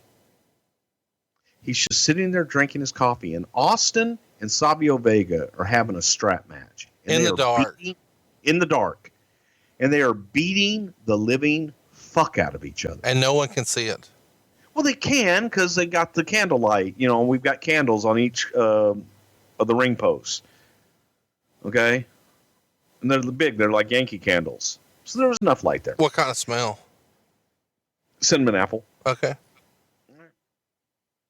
And he just never looks at me and is drinking his coffee. And all of a sudden just goes, "God damn, pal. They're having a hell of a match. Damn." We're out of fucking power here, motherfucker. And I'm trying to come up with a plan B and a plan C and a plan D. And you're watching a fucking wrestling match. God damn, they're having a hell of a match here, pal. So I'm trying to get an answer from him. And he just was like, "What do you want me to do?" In fairness, what could he do? You know, there's no sense in wigging out because it's not up to him. I didn't want him to wig out. And I was doing enough wigging out for everybody. But at the same time, I was calm too. I just needed to have a plan A and plan B because we had a lot of things that if we did a finish like in the Undertaker match, revealing mankind and this whole elaborate finish that we had, and it doesn't make air, that we didn't want to do that twice type thing. And it was just, I wanted a plan B. Yeah. That's all I want. I've got questions about that I want to get to, but continue your story. And he's just not answering me. He's not committing one way or the other. And he says, "Goddamn, I don't know what you want me to do." And I said, "Well, I'd like for you to give me some goddamn feedback here and tell me whether you like any of this or not. Because, are we going to stop the show, or are we going to wait until the power comes back on?" And goddamn, pal, we got to on with the show. We got lights. They can see. Damn, they're having a hell of a match here. They're entertained. They're not going anywhere. Where are they going to go? We got to entertain them. So I just went back, and I think I got with Cornette, and we looked at the show and decided that, we would do this if this happens, this if this happens, and if the power comes back on. But then you go out and you're having your match and the power goes out in the middle of your match, do this finish. If the power's still on, go into the finish that we have planned. But if the power goes off in the middle of your match again, then do this finish. Right. And just coming up with all these different scenarios. And add on to that we've got mankind underneath the ring. In the dark. In the dark. Who has no communication other than all he knows at this point is that his monitor and his headset is not working. Right. He doesn't know that we've lost power to the entire building because the matches are still going on. Right. And it's and it's dark down there like it's supposed to be. Correct. So I've got to roll under the ring and just kind of tell him, "Hey, we don't have power." Help me understand. How does Brother Love just casually climb under the ring in the middle of a fucking show? I pretended like I was trying to get shit under the ring. And just was working trying to get shit under the ring and talking to him at the same time. Hey, here's a random question, just way out of turn. You ever hear of a man and a woman expressing their love for one another under a ring? Probably. You have a story? No. But, No. I mean, it's probably happened. I feel like it has to have happened, and I need to know the story. No, I really and truly don't have a story. Okay. Somebody does, and goddamn it, I want to hear it because Klondike Bill probably has. Klondike. I was like, if this was the other show, I'd have a couple ideas I could freestyle. So anyway, you climb under there, not to have sex with Mick, but to inform him, hey man, we lost power. We don't know what the fuck we're doing. And Vince is over there drinking coffee, and nobody's sure what the hell to do. But hang tight, buddy. Just stay under here. Well, I couldn't bring him out. What the fuck? All of a sudden, Mankind's going to climb out from underneath the ring? Well, Brother Love can climb under. Well, Brother Love was Bruce that night. So, goddamn it. People in South Carolina, they didn't know the difference. Or they knew, well, you know what I mean. You know. Stop confusing me. So, he was under there and just told him, hang tight. If the power comes back on, we'll tell you what to do from the headset. But, if the power doesn't come back on and you have no communication, just lay there. Stay here. Okay. So we were scrambling for a while, and we just went on with the show, waiting for the power to come back miraculously. So while this is all happening at home, Viewers' Choice viewers were told the power was off in the building, while Request viewers were simply told to stand by. After about 25 minutes or so with a blank screen, they air a clip of Vince and Jerry Lawler imploring viewers to stay tuned and that they would attempt to bring them the Undertaker, Goldust, and Shawn Michaels, Davey Boy Smith matches. And then Vince announced that the matches were taking place in the building and that they would air them on the May 28th replay showing. I found this interesting. Quote, it was only due to Memorial Day weekend that the WWF even had a Tuesday night showing for the In Your House show, as they figured the initial buy rate would be down because people were out of town, but that many of them would be hooked into buying a replay a few days later. Meltzer continues, while the pay-per-view broadcast was shut down, they presented the scheduled matches in the arena with battery-operated cameras, a low-power generator, making the matches barely visible to spectators, and none of the traditional ring introductions. The footage was nowhere near broadcast quality, so the decision was made to air the missing 3 matches live from North Charleston, South Carolina during the replay show. As it was, 2 of the 3 matches on the replay were said to be much better than they were originally in Florence, which from our reports spelled the difference between a bad show and a good show. What say you? You saw both of these, the one by candlelight and the one, properly lit. Well, the one by candlelight obviously sucked. It was guys going out there and kind of going through the motions and trying to get through without getting hurt and not really wondering, okay, if the damn power comes on, what do we do? And having A and B finishes. Right. So yeah, it was not a good show in the dark. It draws a 0.45 buy rate, which is 110,000 buys, although that's not taking into account the refunds that had to be factored in from the screwed up power outage. I'm sure a lot of people would complain about that for the next several weeks. Coming out of here, a lot of cable systems offer a full refund, but some others, like DirecTV, only offer $10 refunds to those who complained. And this is all complete, out of control of the WWF. Nobody can plan for a power outage like this, but the lack of a full refund has to leave a bad taste in some people's mouths. Do you remember there being a conversation about the financial impact or the right thing to do as far as, should we issue a refund? Should we see if they complain? Should we do the pay-per-view replay for free?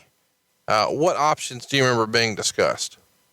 Well, what we did was we offered refunds to those that wanted it, but we also said that we would be redoing the thing on Tuesday, and we offered that to them free if they had paid for the pay-per-view on Sunday, that they would be getting the show on Tuesday for free.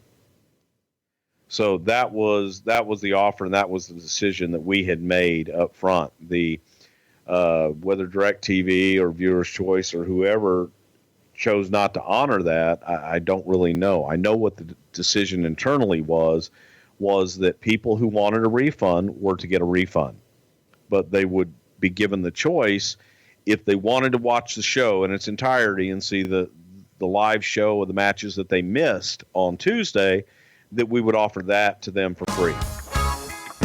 Well, I got something else in mind you can get for free, and you won't ever ask for a refund, and that's over at blueapron.com. Do I have that right, Bruce? Well, hell yeah, and for less than $10 a meal, Blue Apron will deliver great quality, delicious food. Over 150 local farms service blueapron.com. And it is a great value. And the beautiful thing about blueapron.com is they deliver everything that you need to prepare your meals right to your doorstep. They measure everything out. It's all perfect.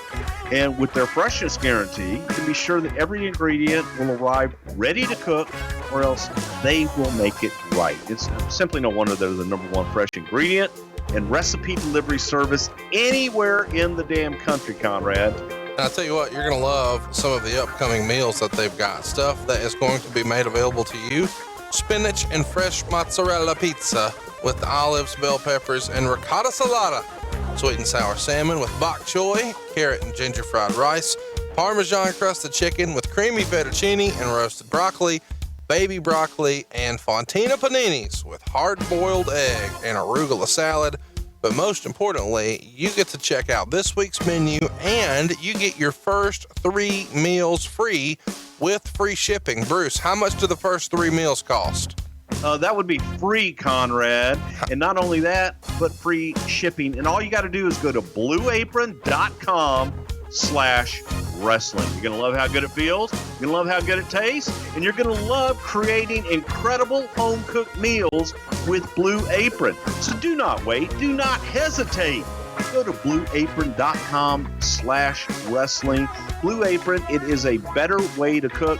Support our sponsors here on the show and go to blueapron.com/wrestling. Get your first 3 meals free with free shipping, and do not delay. So we talked about refunds. Hypothetically speaking, how much do you think this power outage situation cost the company? Just freestyle, I guess. I don't remember that many people asking for refunds. Well, not that many people bought it, so that helps. Yeah, it probably helped a lot. But I think that the majority of the people actually opted for the free, show on Tuesday. One of the matches that we discussed earlier in the dark, Savio Vega and Steve Austin in a Caribbean strap match. I'm curious, Bruce, would there be any hesitation to work a gimmick match like this? Because the deal in wrestling is it's supposed to look like it hurts, but not actually hurt. Fucking Caribbean strap match is 2 dudes really wearing each other out. This shit hurts. Any hesitation about being booked in one of these, or does this feel like a crutch, or what's your 2 cents on a Caribbean strap match? No, I can't remember any hesitation on either guy's part. It was just simply a way to further their issue and continue their story and give Savio a little push along the way. In your opinion, what makes a strap match a Caribbean strap match? The strap comes from Caribbean? Did you just say that like a Mexican? Chess? Savio Vega defeats Stone Cold Steve Austin in a strap match that goes more than 15 minutes. Caribbean strap match. What did I say? You just said strap match. Oh. There's a big difference in a Caribbean strap match and like an Indian strap match. Well, let's have you announce Caribbean strap match. Could you just pronounce Caribbean strap match in your announcer voice that you're so proud of? This next El Macho es un Caribbean strap match con Savio Vega versus Stone Cold Steve Austin. Bien, muy bien. Sí. Oh, that's El Patron's gimmick.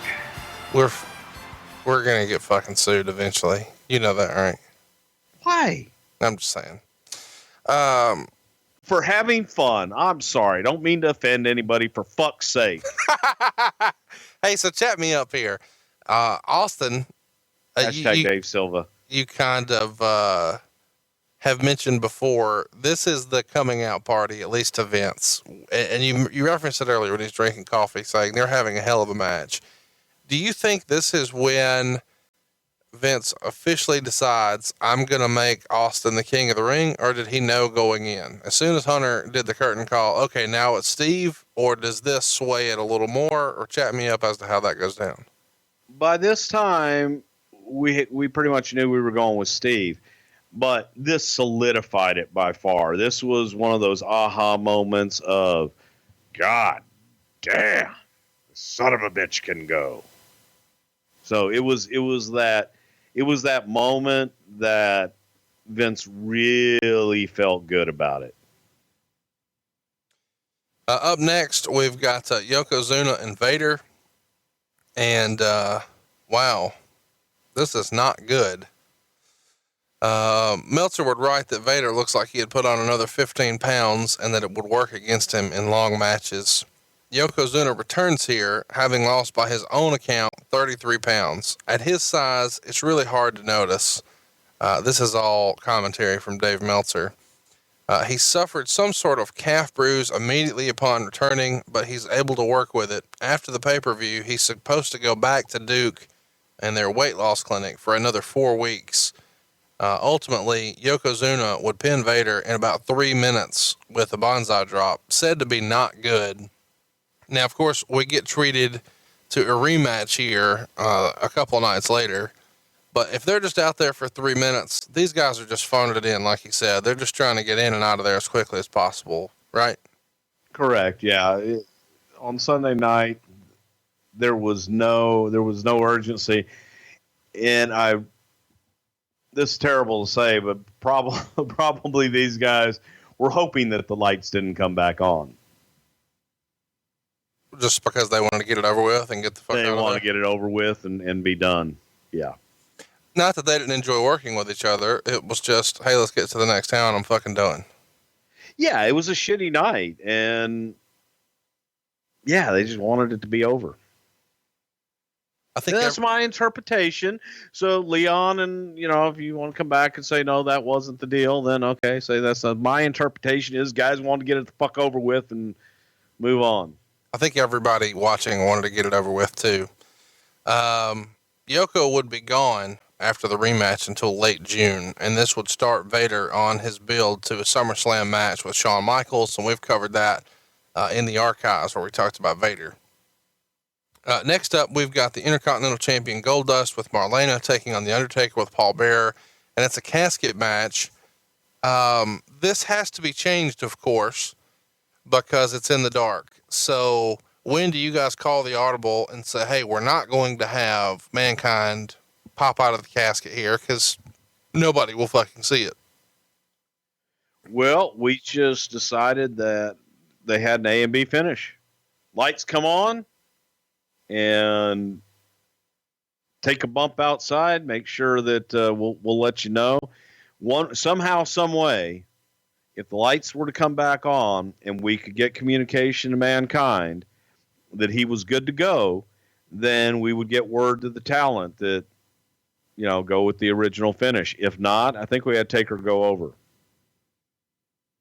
on this one, or we had Goldust escape, but obviously we did not do the finish. On this one, you had Goldust keep the IC title when he beat the Undertaker in a casket match. When Vader, Bradshaw, Helmsley, Yankem, and Austin all did a run-in and put Undertaker in the casket. Said to be an awful match, according to Dave Meltzer.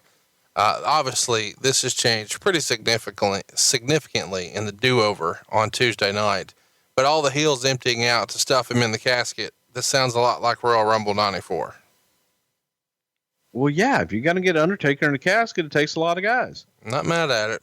Meltzer would talk Did you not learn that at 94 Royal Rumble? We talked a little bit earlier about the sexuality angle with Goldust. Meltzer would write this in the May 20th Observer. The Goldust Undertaker angle was toned down greatly on television. They did a major jump cut when Goldust started licking up Undertaker's right thigh to the point where Undertaker stood up. They also shot the camera angles to not make it look so much like Goldust was pouncing on him, although it still looked that way. And the commentary toned it down a lot by playing it all off as psychological games rather than gay advances. They are hopeful Goldust will be able to work a decent match with Undertaker this weekend, but nothing is certain. It was basically a last day call that he wasn't going to work the weekend house shows. So obviously Goldust is working hurt here with a knee injury. You see that on his knee, especially. It's very prominent on Monday Night Raw. Was there any question as to whether or not he would be able to go for the pay-per-view, or did you know he's a gamer and he's going to sit out the house shows, but he won't miss the big show? And how did Undertaker feel about working with this controversial character at the time?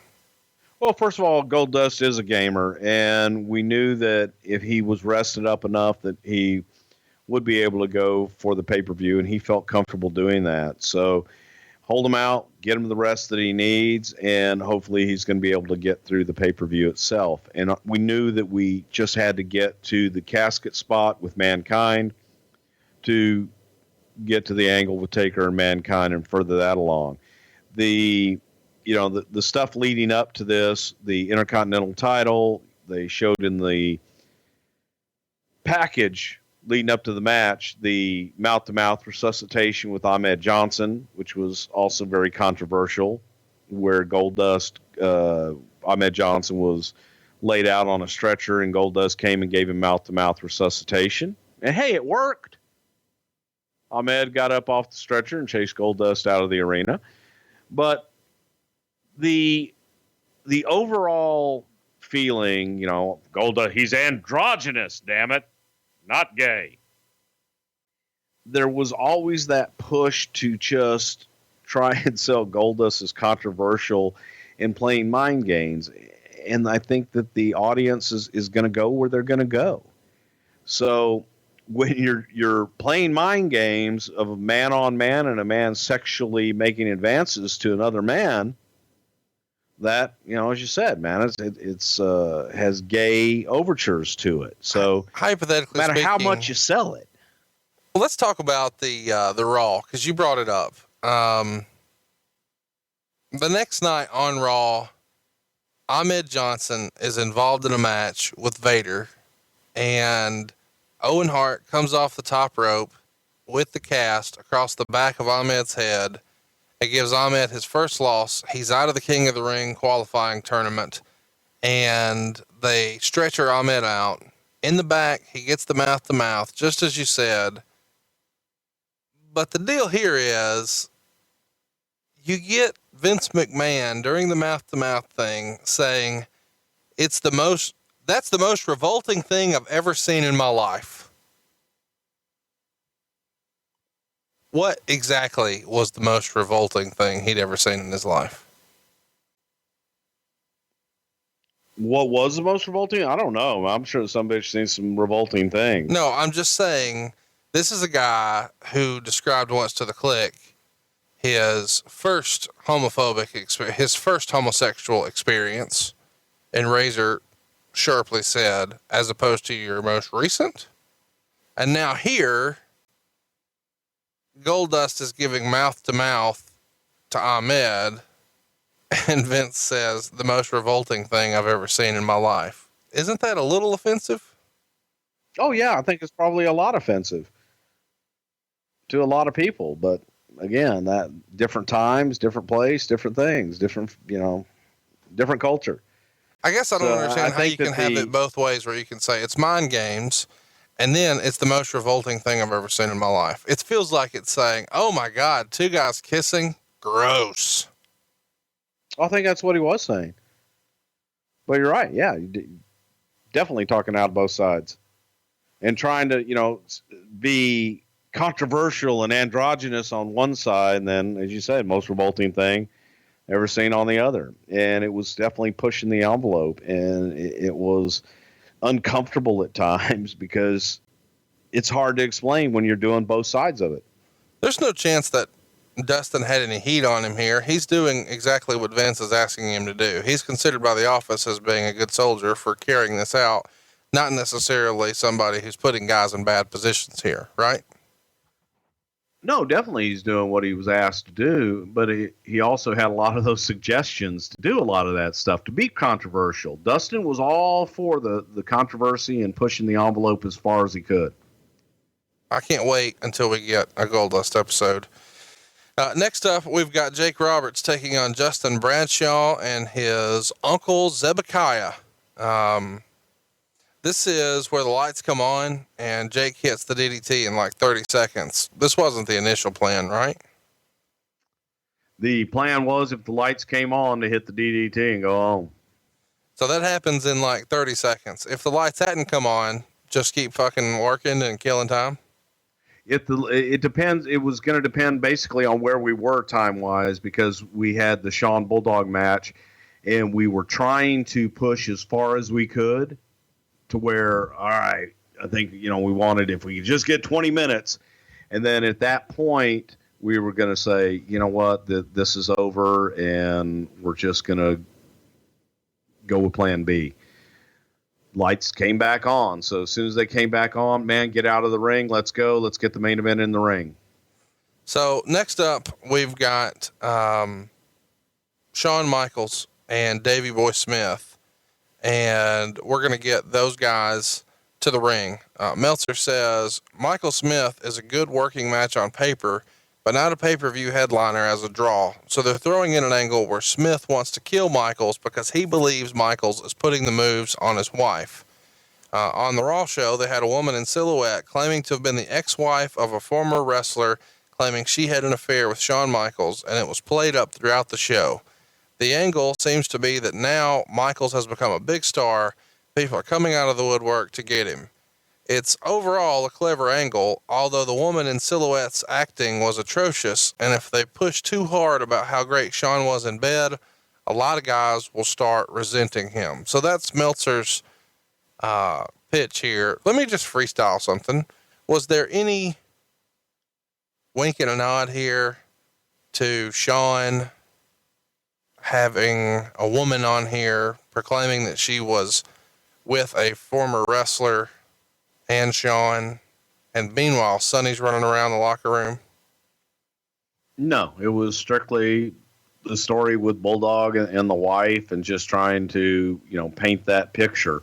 And it was something that we wanted to paint and get to later on, that Cornette was manipulating all of this shit with the rumors and innuendo to paint Shawn in a bad light, set him up, for the heel British Bulldog. And it was going to be revealed at some point that it was all Cornette and Clarence Mason and all these guys that were putting all this stuff out there on Shawn.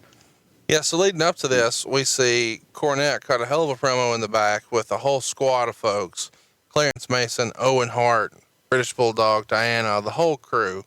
And Owen has been granted a 1-day managerial license, which is always fun. So he's going to be ringside for this. And on Shawn's way to the ring, he bumps in to Mr. Perfect, and they get this on camera behind the scenes before he walks through the curtain. What was the plan with Shawn bumping into Mr. Perfect on the way to the ring? Strictly at that point to do something and kind of see what the reaction was and see if there was any little buzz and to gauge the live crowd. We would oftentimes do shit like that just to kind of rub two people up against each other backstage. And just see what happens. See what happens. See if there's any chemistry there, which I know that there was chemistry there, because those motherfuckers used to tear the house down when they worked together. Hey, before I forget, let me ask, who was the chick in the silhouette? That was Jill, the makeup artist from Stanford. Any good Jill stories? No, good girl. I mean, real nice lady. She ended up marrying a guy by the name, I think, Dan Wisniewski or something like that, who also worked in the studio. But she was a long-time employee of the WWE studios. Nice lady. Next up, we get Clarence Mason coming out to the ring after Shawn's entrance, and he's got his arm in the sling, his neck in a brace. He's walking with a cane, and this is all from a beating he took from Gorilla Monsoon. And he announces that the Smith family has filed a lawsuit against Shawn Michaels for attempting to break up their marriage. And they have some sort of silly trumped up charge like alienation of affection or something.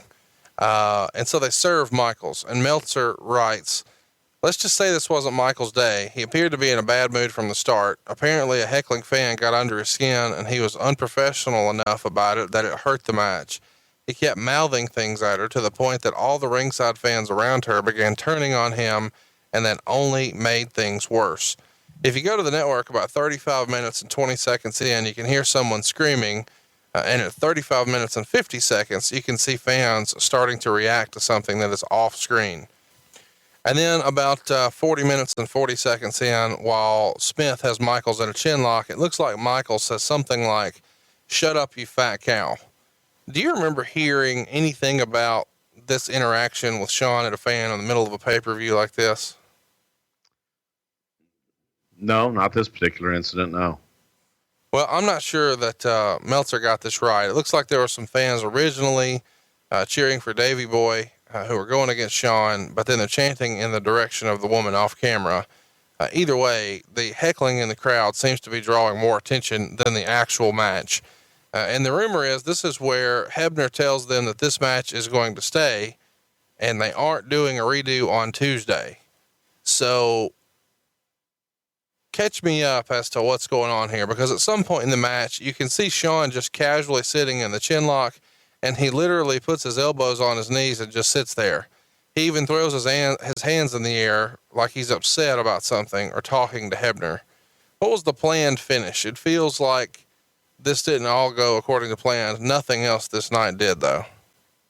No, it didn't. And Shawn was very frustrated. Both Davey Boy and Shawn were frustrated because I was giving them an A, B, and C plan all the way through. One, that if the power went out in the middle of the match. One, if it stayed on. And there were three different finishes where Shawn finally told me, "Fucking just tell me when I'm out there what finish you want me to do." And that's what we did. So we were afraid. Again, there was the fear of, in the middle of the match, the power goes out. We didn't want them to do the finish. And Vince, I think, wanted to throw it out, but we were just kind of playing it by ear. So the whole damn thing, they were getting the information as we went on, and we decided at that point to say, you know what, go with the finish. Go with the original finish and do what we had laid out. And I think both guys were really frustrated and pissed off. Eventually, Shawn Michaels uses a German suplex, and both guys' shoulders are down. The first ref and the second ref, after Hebner takes a big bump through the ropes earlier in the match, counts, and each guy has a different guy down. They bring out Gorilla Monsoon. He snatches the belt back from Diana, who has it in the aisle, and they announce that Gorilla Monsoon has decided it will be a draw and the belt will not change hands. They do this after doing a dusty finish where they briefly tease that the British Bulldog is the new champion. Shawn does get a pop when they announce that the belt won't change hands and play his music. Allegedly, according to Michaels was really furious and had an in-ring temper tantrum at the guy who cues the music. This was edited off the replay, 2.5 stars. Do you remember Shawn having a temper tantrum about the music at the end of the show? I don't. I remember Shawn being pissed off in general, but what Shawn had a temper tantrum, a perceived temper tantrum, and going back, no, it wasn't a dusty finish. We didn't go off the air with one champion and change it in the middle of the night. The whole idea was something that had not been done before, which normally when you do a double pin, each of the guys gets their shoulders up and they have a legitimate bitch. With this, the idea was that both guys have a legitimate bitch in that both guys' shoulders were completely down. So both guys were pinned. Both guys technically lost. And then being the draw. Hindsight being 2020, fucking shits. Didn't work. But the perceived temper tantrum was Shawn being pissed off that they played Bulldog's music instead of his because he thought he had Bulldog pinned and that he won. So as a champion, he's pissed off. What the fuck? I had the guy beat. And they played Bulldog music. So again, it was that people trying to read in, oh, I'm smart. He's really pissed off because they screwed up the music. No, he's working pissed off is a guy that thought he just pinned the guy and that he won. And why are they playing Bulldog's music and announcing him as a champion? Somebody fucked up. And then we were playing Shawn's music later on when Earl made the reversal. But that was all part of the show. That was part of Shawn's pissed. He thought he had Bulldog beat, and they played Bulldog's music and announced him as champion. How's he supposed to react? So I think that's the, quote, smart fan trying to read too much into something that just wasn't there. Meltzer would say the Michaels Smith match was a major disappointment and ended the show on a very sour note. There were a lot of people surprised they didn't do a rematch on the replay show after the weak match the two put out the first time. Why didn't they do this match again on the replay? Because people had gotten it on Sunday night and Vince didn't want to redo it. So it would have been, you could have done a rematch, but he wanted the controversy of both guys being beat because he wanted to get to a return at some point. So he felt that it was fine and that it accomplished what he wanted to accomplish on Sunday night.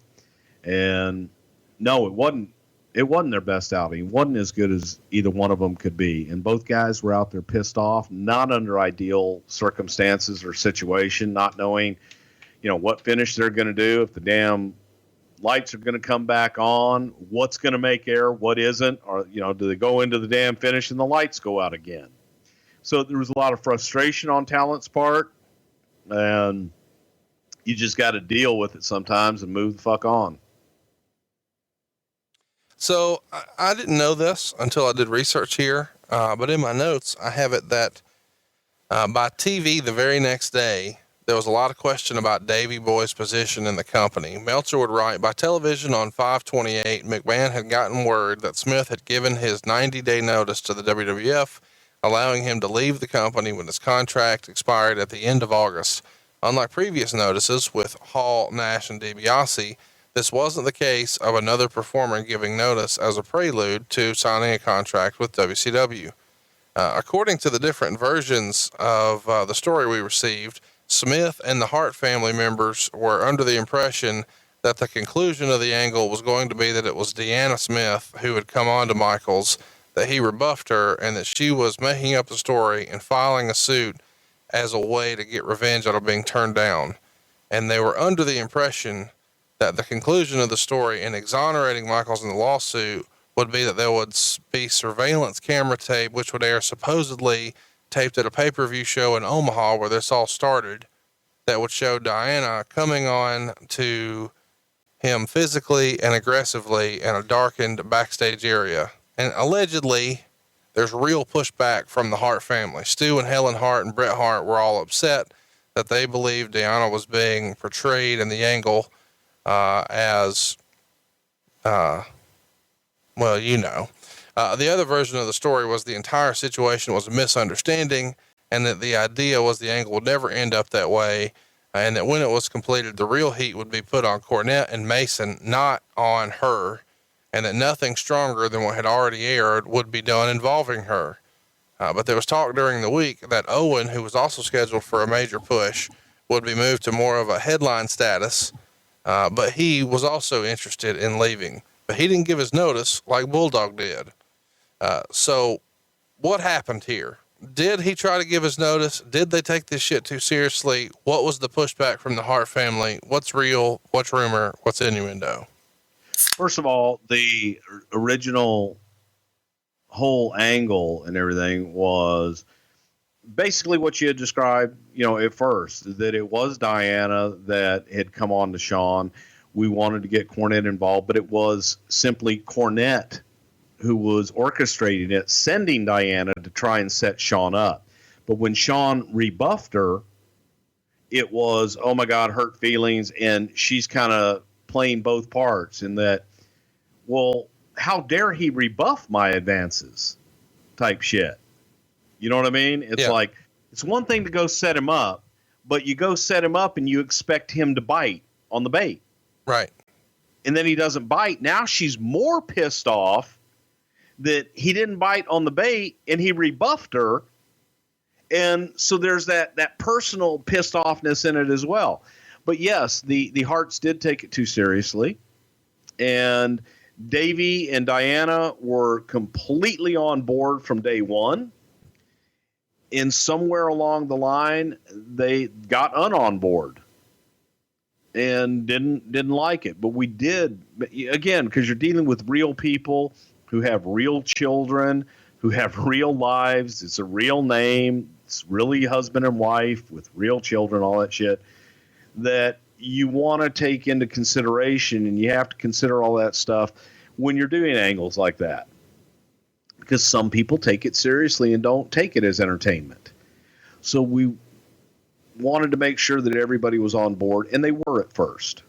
Then as it got on and it got more in depth, and people are referring to, Davey's wife and the mother of his children as a whore, because she's being portrayed as that on television for trying to seduce Shawn Michaels. And then we're trying to say, and then we're going to show tape of her trying to seduce Shawn Michaels. And yeah, later on, you're going to see that Cornette was behind it, but the Diana was legitimately pissed. And Davey was unhappy. Davey did express, at one point, fuck this, I'm gone. I'm going to quit. But he didn't quit, and everything got worked out. But it got homogenized quickly after that. So after that, we get our dark matches. And I use that term loosely because of what I'm about to say here. Ahmed Johnson would pin Jerry Lawler in about 7 minutes, and he would use what they called a spine breaker, which is a variation of the spine buster that Arn used. And prior to the match, Lawler would call the black woman in the audience Sambo. And he would also say to Ahmed, oh my God, did he really? That if the lights hadn't come on, he'd have to smile so Lawler could see him. So he's going for heat, but he's going for cheap heat. And, there's probably some jokes to be made about it being a dark match, but thank God this wasn't on pay-per-view. Lawler knew how to get heat, and he was fucking getting it here. Do you remember this match? I don't. I was probably at this point so damn relieved that the last match was out of the ring and the pay-per-view window was over that I just wanted to get the hell out of there. I don't remember it. I don't remember any of that, because that's not just cheap heat. That's just tasteless heat. And well, in fairness, Lawler's probably happy to get out of the match uninjured. He does a 7-minute stall job here, but against Ahmed, he's probably just trying to do whatever he can to get heat without actually having to use any sort of physicality. Next up, Owen Hart and the Ultimate Warrior. Why does this happen to Owen Hart? One of the best in-ring performers of all time, and he's paired with Owen Hart. If he's not asked to make chicken salad here, I don't know who would. Yeah, poor Owen. He was the curse of being a great worker. They went out. Warrior did his time, did his shit. Splash, shoulder tackle, splash, 1, 2, 3, and get the hell out of Dodge. And I think Owen was in the same boat that Lawler was, that he was happy to get the hell out of there and not be injured. Is there any talk about giving the Warrior a different finisher besides the fucking shoulder block and a splash? Like what? I don't know. Fucking anything else? Like the press slam that he couldn't do, that he grabbed people's balls and pressed, and he couldn't actually do if you were over 180 pounds. So did he grab your balls? Yeah, he tried. Yeah. How would you describe that experience? Painful. Show me on the doll. Show me on the Wrestling Buddy where he touched you. Oh, right there. Got it. Okay. So in the business here, you got a lot of stuff going on. It's important to remember that we are knee deep in the Monday Night Wars. So when In Your House Beware a Dog goes off the air Memorial Day weekend on Sunday, the next day is Monday Night Raw, May 27th.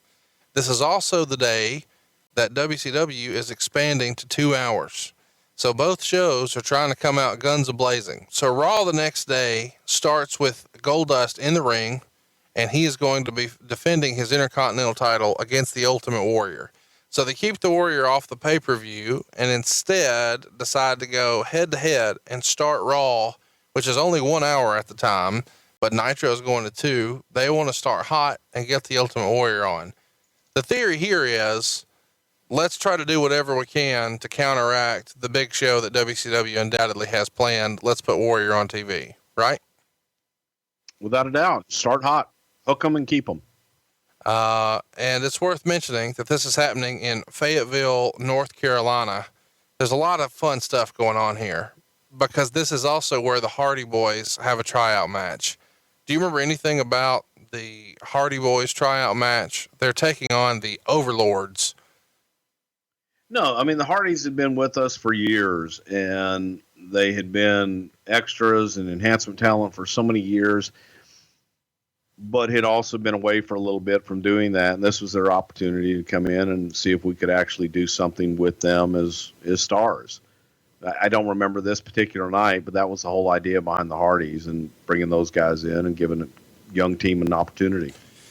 Here in Fayetteville, they draw 4,200 fans for $51,000 gate, about 5,000 fans there total. Here's why this is interesting to me. On the other channel, Scott Hall is debuting by walking through the audience, and this is where they start the genesis of the NWO angle. So there's a lot going on in the business right here. On the May 28th pay-per-view, the replay show, we'll call it Beware of Dog 2. Meltzer says there was no interest because people hated the main event, thought it had a poor finish, and rather than get the replay and have to pay for it, they could just call and ask for a refund for the $20. He does another poll with his readers. This time we get a 64% thumbs up and a 26% thumbs down. So a great swing by, actually being able to see the fucking show. A lot happens here in 48 hours. Catch me up. Was the DiBiase angle where he's going to leave the company, was that always supposed to be the plan, or did something change from Sunday to Tuesday besides the weather, and the weather just pushed it off? No, it was not always the plan. Ted was at a point where I think his contract was coming up. He was unhappy where he was and wanted out. So sometime like Sunday, Monday, I remember him coming and talking to me on Monday and telling me that he wanted to leave, that he was done. He wanted to give his notice, and that Vince had told him if he was ever unhappy and wanted to leave, to just let us know. So sent him in and talked to Vince, and we decided, okay, then you can finish up tomorrow. That's pretty much how came up. That's pretty much how Meltzer has it. He says that he only gave a couple days notice, and he said that he would be leaving for WCW when his contract expired, which would be in August. He was accepting a 3-year deal there worth $225, $250, and $275 over 3 years. He was 42 at the time and had just had a Lloyd's of London disability deal that was about to pay a major lump sum after a career-ending neck injury. So he's on his way out, and they redo the match here with Austin doing a TV interview over the weekend saying that he wasn't trying hard to beat Savio Vega in the strap match because he was happy to get rid of DiBiase as excess baggage. The interview made no sense since it was such a heated match, and the way the match was laid out, it's not like he wasn't trying to win. That kind of made no sense. So Bruce, let's talk a little bit about Savio Vega, probably one of the more underrated in-ring performers, and he's had a heck of a long career outside of the U.S. Catch me up. Who would have brought him in? Who was a big supporter of his backstage? And do you have any fun Savio Vega stories you can share with us? Well, he had already been in as Kwang. Hillbilly Quang. He'd already been in his Quang and proved himself to be a great performer. Vince was looking for that Hispanic audience, and Razor brought up Juan Savio about bringing him in, and we had all worked with him before. I had worked with him as El Casario in the Mid-South Territory, plus as Quang up in the WWE. So the thought was, hell yeah, it'd be great. Take the mask off of him, and let's bring him in as a Puerto Rican babyface. And and again, man, it's crazy how shit comes up. There was a Puerto Rican parade in New York, and Vince thought how great it would be to have a Puerto Rican to be able to represent at the Puerto Rican parade. Bruce, give me one of those Puerto Ricans. God damn, we need a Puerto Rican for the parade. It's funny how shit comes up, and Savio's name came up, and we made him Savio Vega, a Puerto Rican superstar, is a friend of Razor Ramon's, and ba-boom, Savio was born. But you'd be hard pressed to find somebody who was not a Savio supporter, because he's a great guy, great worker, easy to work with, and all of his shit was so damn believable. He could cut a good promo, and guys, he was one of those guys that people wanted to work with. So to bring him in and give him this opportunity was kind of a no-brainer. What credit, if any, do you think Steve Austin gives to Savio for his big push that he got right after this? If this is really the feud where Vince says, damn, we could do something with Steve, I wonder how much credit, if any, Austin would give Savio for that. I think Steve will give Savio a ton of credit. And you fast forward to the pay-per-view, it was like in September or October, I want to say it might have even been in Houston, where we had Savio be the mystery partner for Shawn when Shawn got hurt or something like that. I don't know. It was a weird situation. And Steve was one of the first guys to step up and say, put Savio in that spot.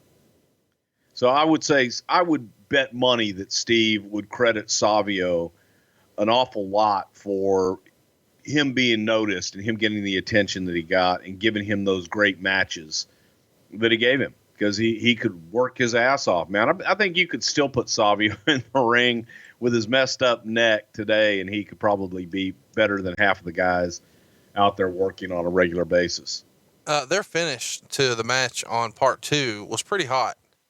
At the end of the match, when Austin loses and DiBiase's WWF career is over, the entire crowd gets in on the act, and you guys actually play the song over the PA. Hey, hey, hey, goodbye. Whose idea is that?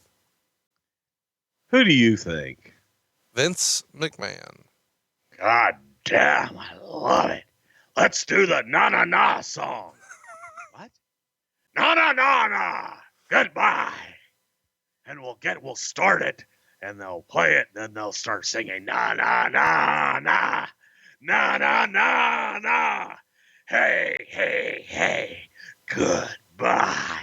And then they just start chanting, and you sing it, and you get them going along with it. That was Vince. Yeah, he loves that. That's why, every time you notice when somebody goes away, and we do the na-na-na song, gotta get that in there. Crowd's preconditioned to it, man. They go right to it. He loved that shit. I was really, really hoping that you would sing that for me, and it was even better than I hoped. So thank you for that. With DiBiase being on his way out here, does this feel a little bit like the end of an era? I mean, he was there when it really got hot, when you were there, the 87, 88, 89, 90, 91. He took a little bit of a break in there for a little bit, but then he's back in a different capacity, no longer in ring, but he's still a part of the company. And when he left, he never really went to WCW. And now he's clearly going to WCW. Does this feel a little bit like he's abandoning you, and maybe that's the reason they wanted to do the big send off? Or is it just good business? Or is there a little bit of, man, I hate that, I thought he'd be here forever, or it's a shame to see him put on another jersey, or any of that? For me personally, yes. Every fucking thing you just said. For me personally, because when I started in the WWE, and you can go back and listen to the archives, Teddy was one of the guys that came with me. And Ted and I were friends going way back. We've been friends for over 30 years. And for me personally, it hurt. I understood it. I didn't like it, but it was sad. It was more sad than anything else that Ted was leaving. It was an end of a period for me, because I started to look and go, wow, Teddy's going to leave. Who else is going to leave? And then they, more followed after that. But yeah, it sucked, and it was emotional, because it happened so fast, and it was a case of be careful what you wish for, because you may get it. Where Ted, wanted to give his notice, and Vince said, okay, fine. You're unhappy. And he always told him that. if you're unhappy and you want to leave, just let me know. And you've been great this whole time. And Vince was quick to say, okay, I understand. And it happened that fast. There wasn't a whole lot of time to mourn, to think, or do anything else. And you had to do what was right for business on our end and do the big send-off and get something out of it. So no hurt feelings really on the WWF's end, just understanding that, hey, you had a long run. It's time to go. Yeah. I mean, I don't know if hurt feelings is the right way, but I was sad. I think Vince was sad. But it was business, and business is business. And the personal side of that was Ted was good business the entire time that he was there. And it was the least Vince felt he could do. Was he had run his course, and truthfully, there wasn't a whole lot left for Ted DiBiase in the WWE at that point as a manager and as a spokesman. He wasn't a good color guy, and he wasn't ready to hang it up yet either. And then Vader Yokozuna ends with a different finish. This time we get Yokozuna winning in Florence, but here Vader wins in Charleston. What's the reason for the switch here? Is this because Yoko is going to be going away to Duke for 4 weeks? And since it's, going to be televised, might as well give Vader the win as opposed to being in the dark. All of the finishes that took place in the dark were different finishes than what we originally had planned. So The ones that we did on Tuesday are what we originally had planned. The stuff that we did in the dark was to get through it, and that was it. So yeah, it was a different finish, and that way people couldn't say, oh, they did that same finish on Sunday night. Just redid the match. It was just simply to make it different. And then of course, in the main event, on the replay, we've got, the Undertaker Goldust match. And of course, most importantly, we see Mankind come out of the casket, and put a mandible claw on the Undertaker, puts him in the casket. Smoke starts to come out from all around the casket. The heels, run off to the back. Paul Bearer goes over, opens the casket, and the Undertaker's gone. Paul Bearer shocked. Carry me through how this all comes together, because obviously Mankind and Undertaker are about to do big business for an extended period of time. Who puts them together? When do you guys know it's a natural fit? Whose idea is this angle? How did Goldust enjoy working with Undertaker, vice versa? What do you got? All the above. I think, I'll work backwards. Goldust loved working with Undertaker and vice versa. They were a natural pair and worked very well together. And the dichotomy in those two gimmicks worked well storytelling wise. As far as Mankind, that was also always the plan, to be able to bring Mick Foley in as Mankind to be a natural foe for the Undertaker. Big guy, kind of scary gimmick, unique, and felt that they would have great chemistry in the ring, which they did, obviously. But this was a way to kind of get that going and do a unique deal. The crazy thing about it, and I had forgotten this until I watched this today. I forgot that I half-assed remembered it, but it was confirmed. I forgot that the casket broke in the middle of the match. Yeah, the lid will not stay on. Well, no, they broke it right off. Undertaker flips the damn thing up and pushes it so hard to get Goldust in. When they took the bump into the casket, the damn top came off. And everybody was just shitting bricks, because you got to have the damn casket closed to make the switch and everything in the underneath, and so on and so forth. So we were panicking and trying to get as many referees as we could and not to shoot the damn thing, because it wasn't stable and it was broken. So that was kind of iffy. On Sunday night, you had the lights go out. Now, in the middle of the casket match, with a switch in the middle of the match, you got a casket that breaks. So that wasn't good. Is this whole fucking show snake bit?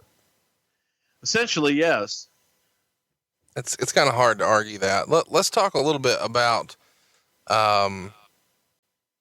Austin coming out of this, do you remember Vince having some sort of sit down with him and talking about what the plans were going to be or how he was going to be making moves? No, I don't think anybody talked to him at that point. I don't think Vince really had a forward moving talk with Steve until at the King of the Ring.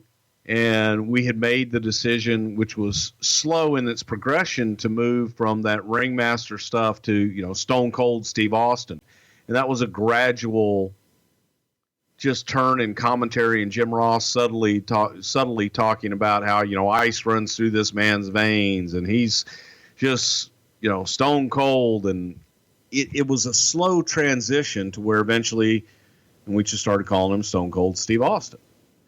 And when we got to the King of the Ring, the idea still was to bring Brett back and do something with Brett and Steve as a heel for Brett's return. So that was the idea, to build Steve at that point in time.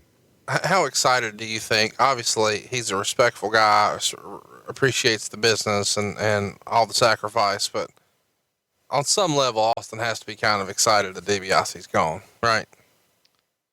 I think so, because now he's got the spotlight. Yeah, exactly. I think, I think Steve felt saddled with Ted. Right.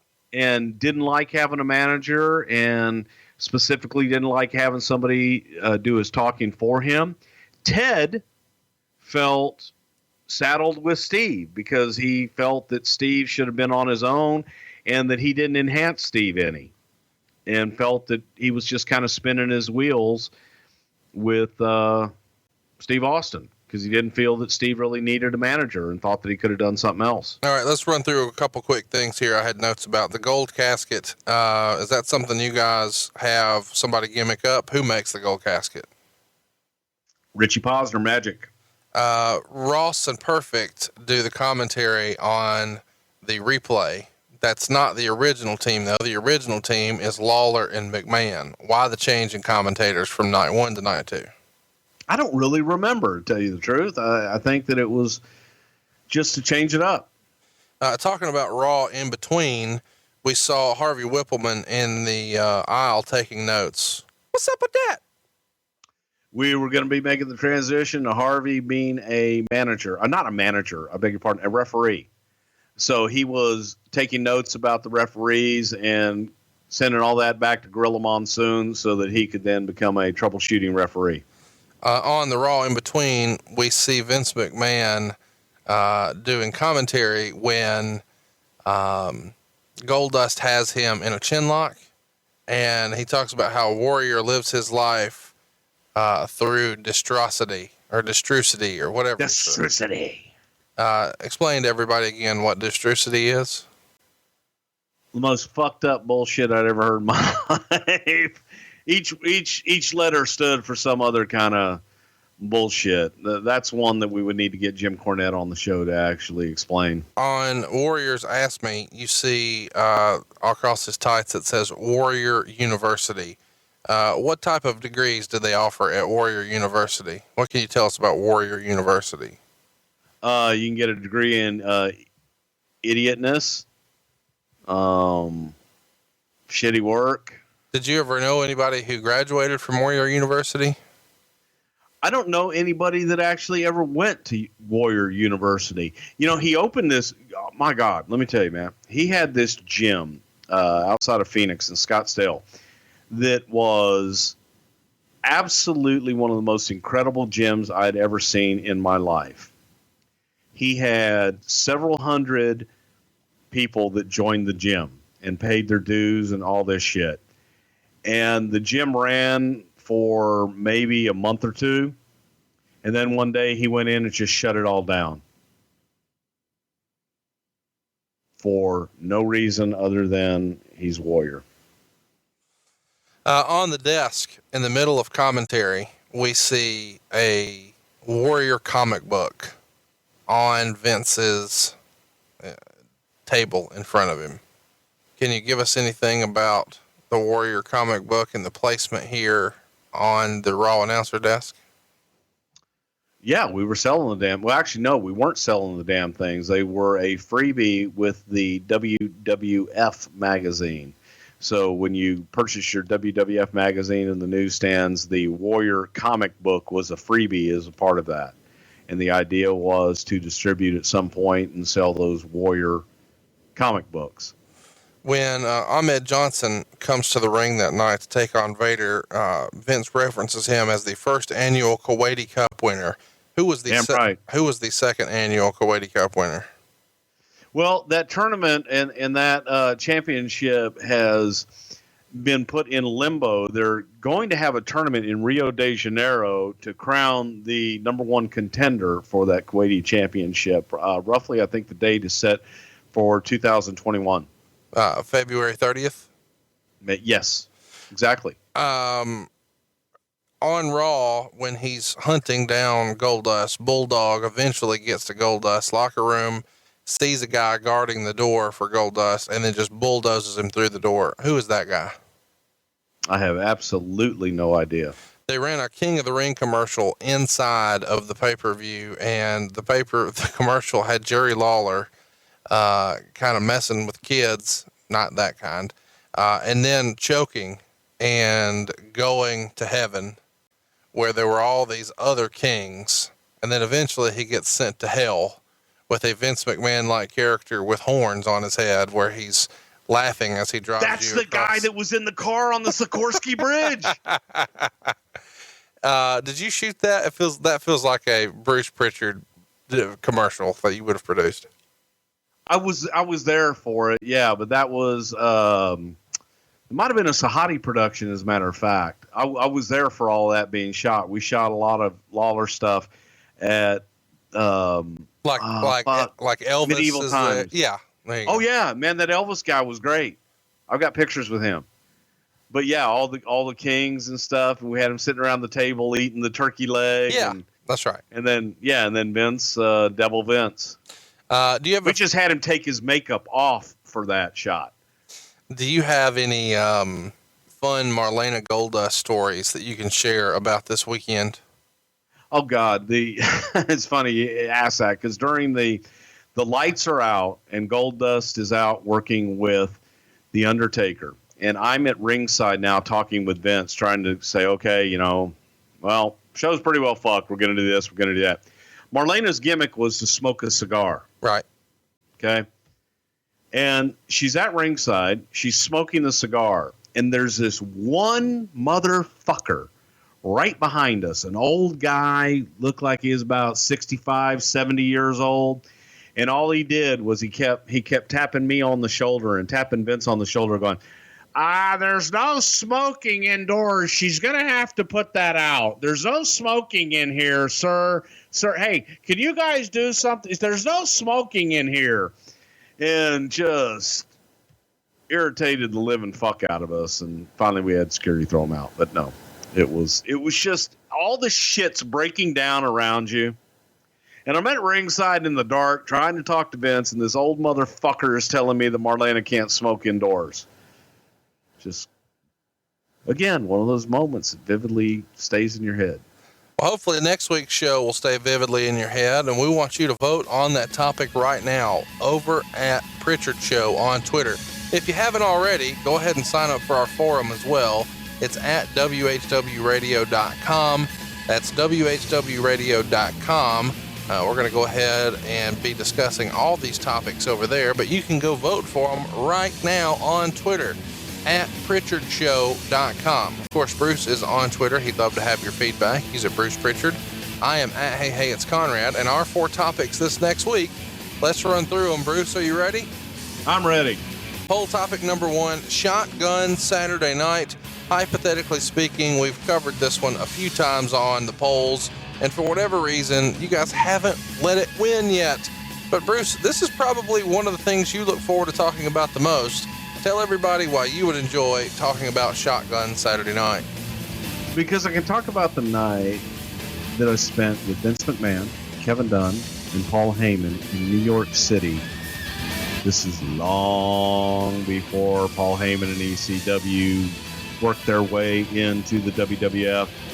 just going around looking at nightclubs and the different obstacles that we faced at each one of these nightclub locations trying to get our rings in there, and just all the bullshit that we went through, the original concept of Shotgun Saturday Night, what it later became, and some good shit. Another one of our topics that has lost a few times, but we keep getting requests: global wrestling, the GWF. A lot of people want to know, hey, why won't you talk about Royal Rumble 92? Hey, why won't you talk about SummerSlam 91? Well, because Bruce wasn't there. Where was Bruce? Well, it's simple. He was with Global. So we can't answer your questions about WrestleMania 8, but we can answer your questions about Global. If that wins next week, Bruce, what might we talk about? The legendary one and only Hot Stuff Eddie Gilbert.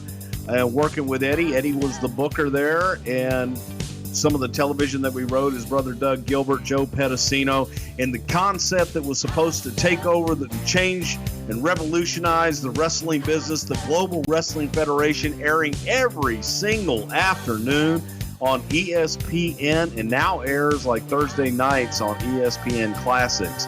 But had some great times there in Dallas, and awesome memories of working with Hot Stuff Eddie Gilbert and Del Wilkes and a lot of the folks in Global Wrestling Federation. Also, we've got poll topic number 3. It's Judgment Day 2002. This pay-per-view happened in May of 2002, right there in Nashville, Tennessee. On the card, we've got lots of fun stuff. We've got Eddie Guerrero and Rob Van Dam for the Intercontinental title. We've got Trish Stratus and Stacy Keibler for the Women's Championship. Brock Lesnar and Paul Heyman tagging together, that's right, against the Hardy Boys.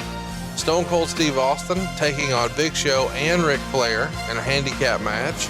Edge and Kurt Angle in a hair versus hair match. We get a Hell in a Cell match with Chris Jericho and Triple H. And then for the tag titles, we've got Billy and Chuck taking on Rikishi and Rico. And in your main event, Hulk Hogan taking on The Undertaker for the Undisputed Championship.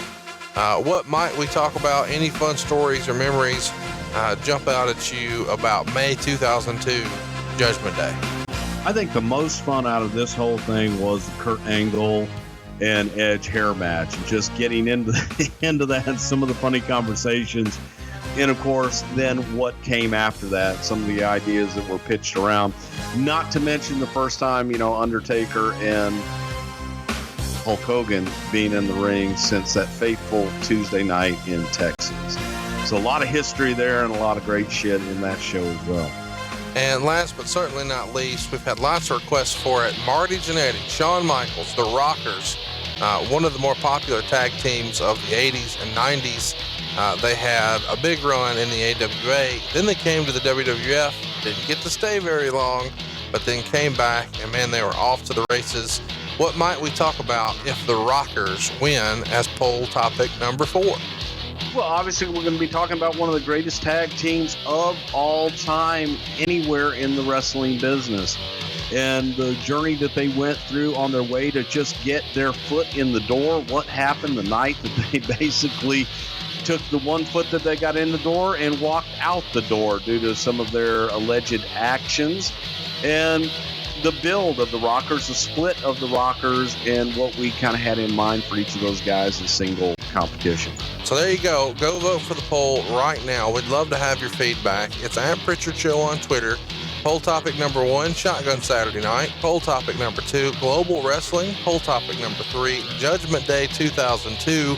And last but certainly not least, poll topic number 4, The Rockers, Shawn Michaels, Marty Jannetty. We'd love to have your feedback. Follow us on Twitter. He is at Bruce Prichard. I am at Hey, it's Conrad. Don't forget to support our sponsors. We'd love to have you go ahead and check out Blue Apron. And of course, check out stamps.com. But most of all, if you'd like to save some money, hit up First Family Mortgage. Bruce, anything you want to mention before we get out of here? Yeah, man, we can't forget our live shows coming up, man. We're going to be in St. Louis June 18th at the South Broadway Athletic Club, and there's still great tickets available, and all you got to do to get a ticket there is go to notarib.com And then from there in July, I'm heading over to the United Kingdom. Going to be in jolly old England. On Sunday, July 16th, I'm going to be in Birmingham at the Around the World Bar. Manchester on July 17th at the Comedy Store. London, England, here I come at the Walkabout Sports Bar on Tuesday, July 18th. And you can get tickets for all of the UK appearances at hookedonevents.co.uk. And then, you know what I'm going to say next, the Big Apple, baby. Almost all of those tickets are completely gone. If you want one, hurry right now to livenation.com. As we tape this, we only have a couple dozen left. By the time this actually airs, they may be completely sold out. There's only one place to get them, and that's over at livenation.com. When you get there, just type in something to wrestle. And as soon as you do that, you're going to see us pop up right away. And you want to make sure that you come see us. We're going to be there SummerSlam weekend. We encourage you to be a part of this. We do have lots of big surprises planned. Lots of our listeners are right there in New York City. And some of those are celebrities. So we're going to look forward to seeing you on Saturday, August 19th at 12:30 in the afternoon. Gramercy Theater. You can come see us, still make the NXT show, and then enjoy SummerSlam the next day. But hurry, VIP is completely sold out, and before you know it, so will general admission. It's livenation.com, something to wrestle with Bruce Prichard. And don't forget to check out notarib.com. June 18th, we're coming to St. Louis. We can't wait to see you, and we'll see you next week right here on Something to Wrestle With. What about BrucePrichard.com? Oh yeah, t-shirts over there right now, BrucePrichard.com. The following program is an MLWRadio.com production.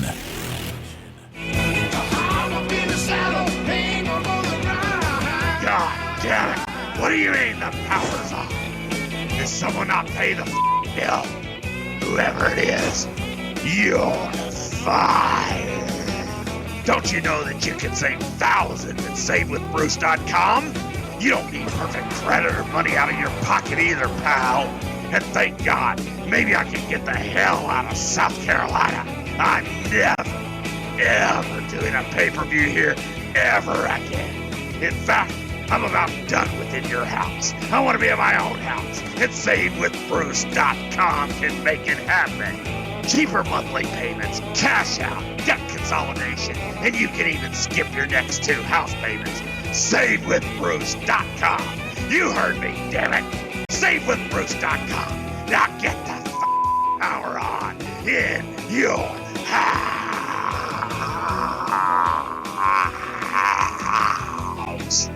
NMLS 65084. Equal housing lender. Have you or someone you know been diagnosed with mesothelioma? You probably have many questions, such as, what should I do? Where can I get more information? RGT4Law.com can answer those questions and help you get the money you deserve. Call 855-RGT4Law or visit RGT4Law.com and fill out the simple form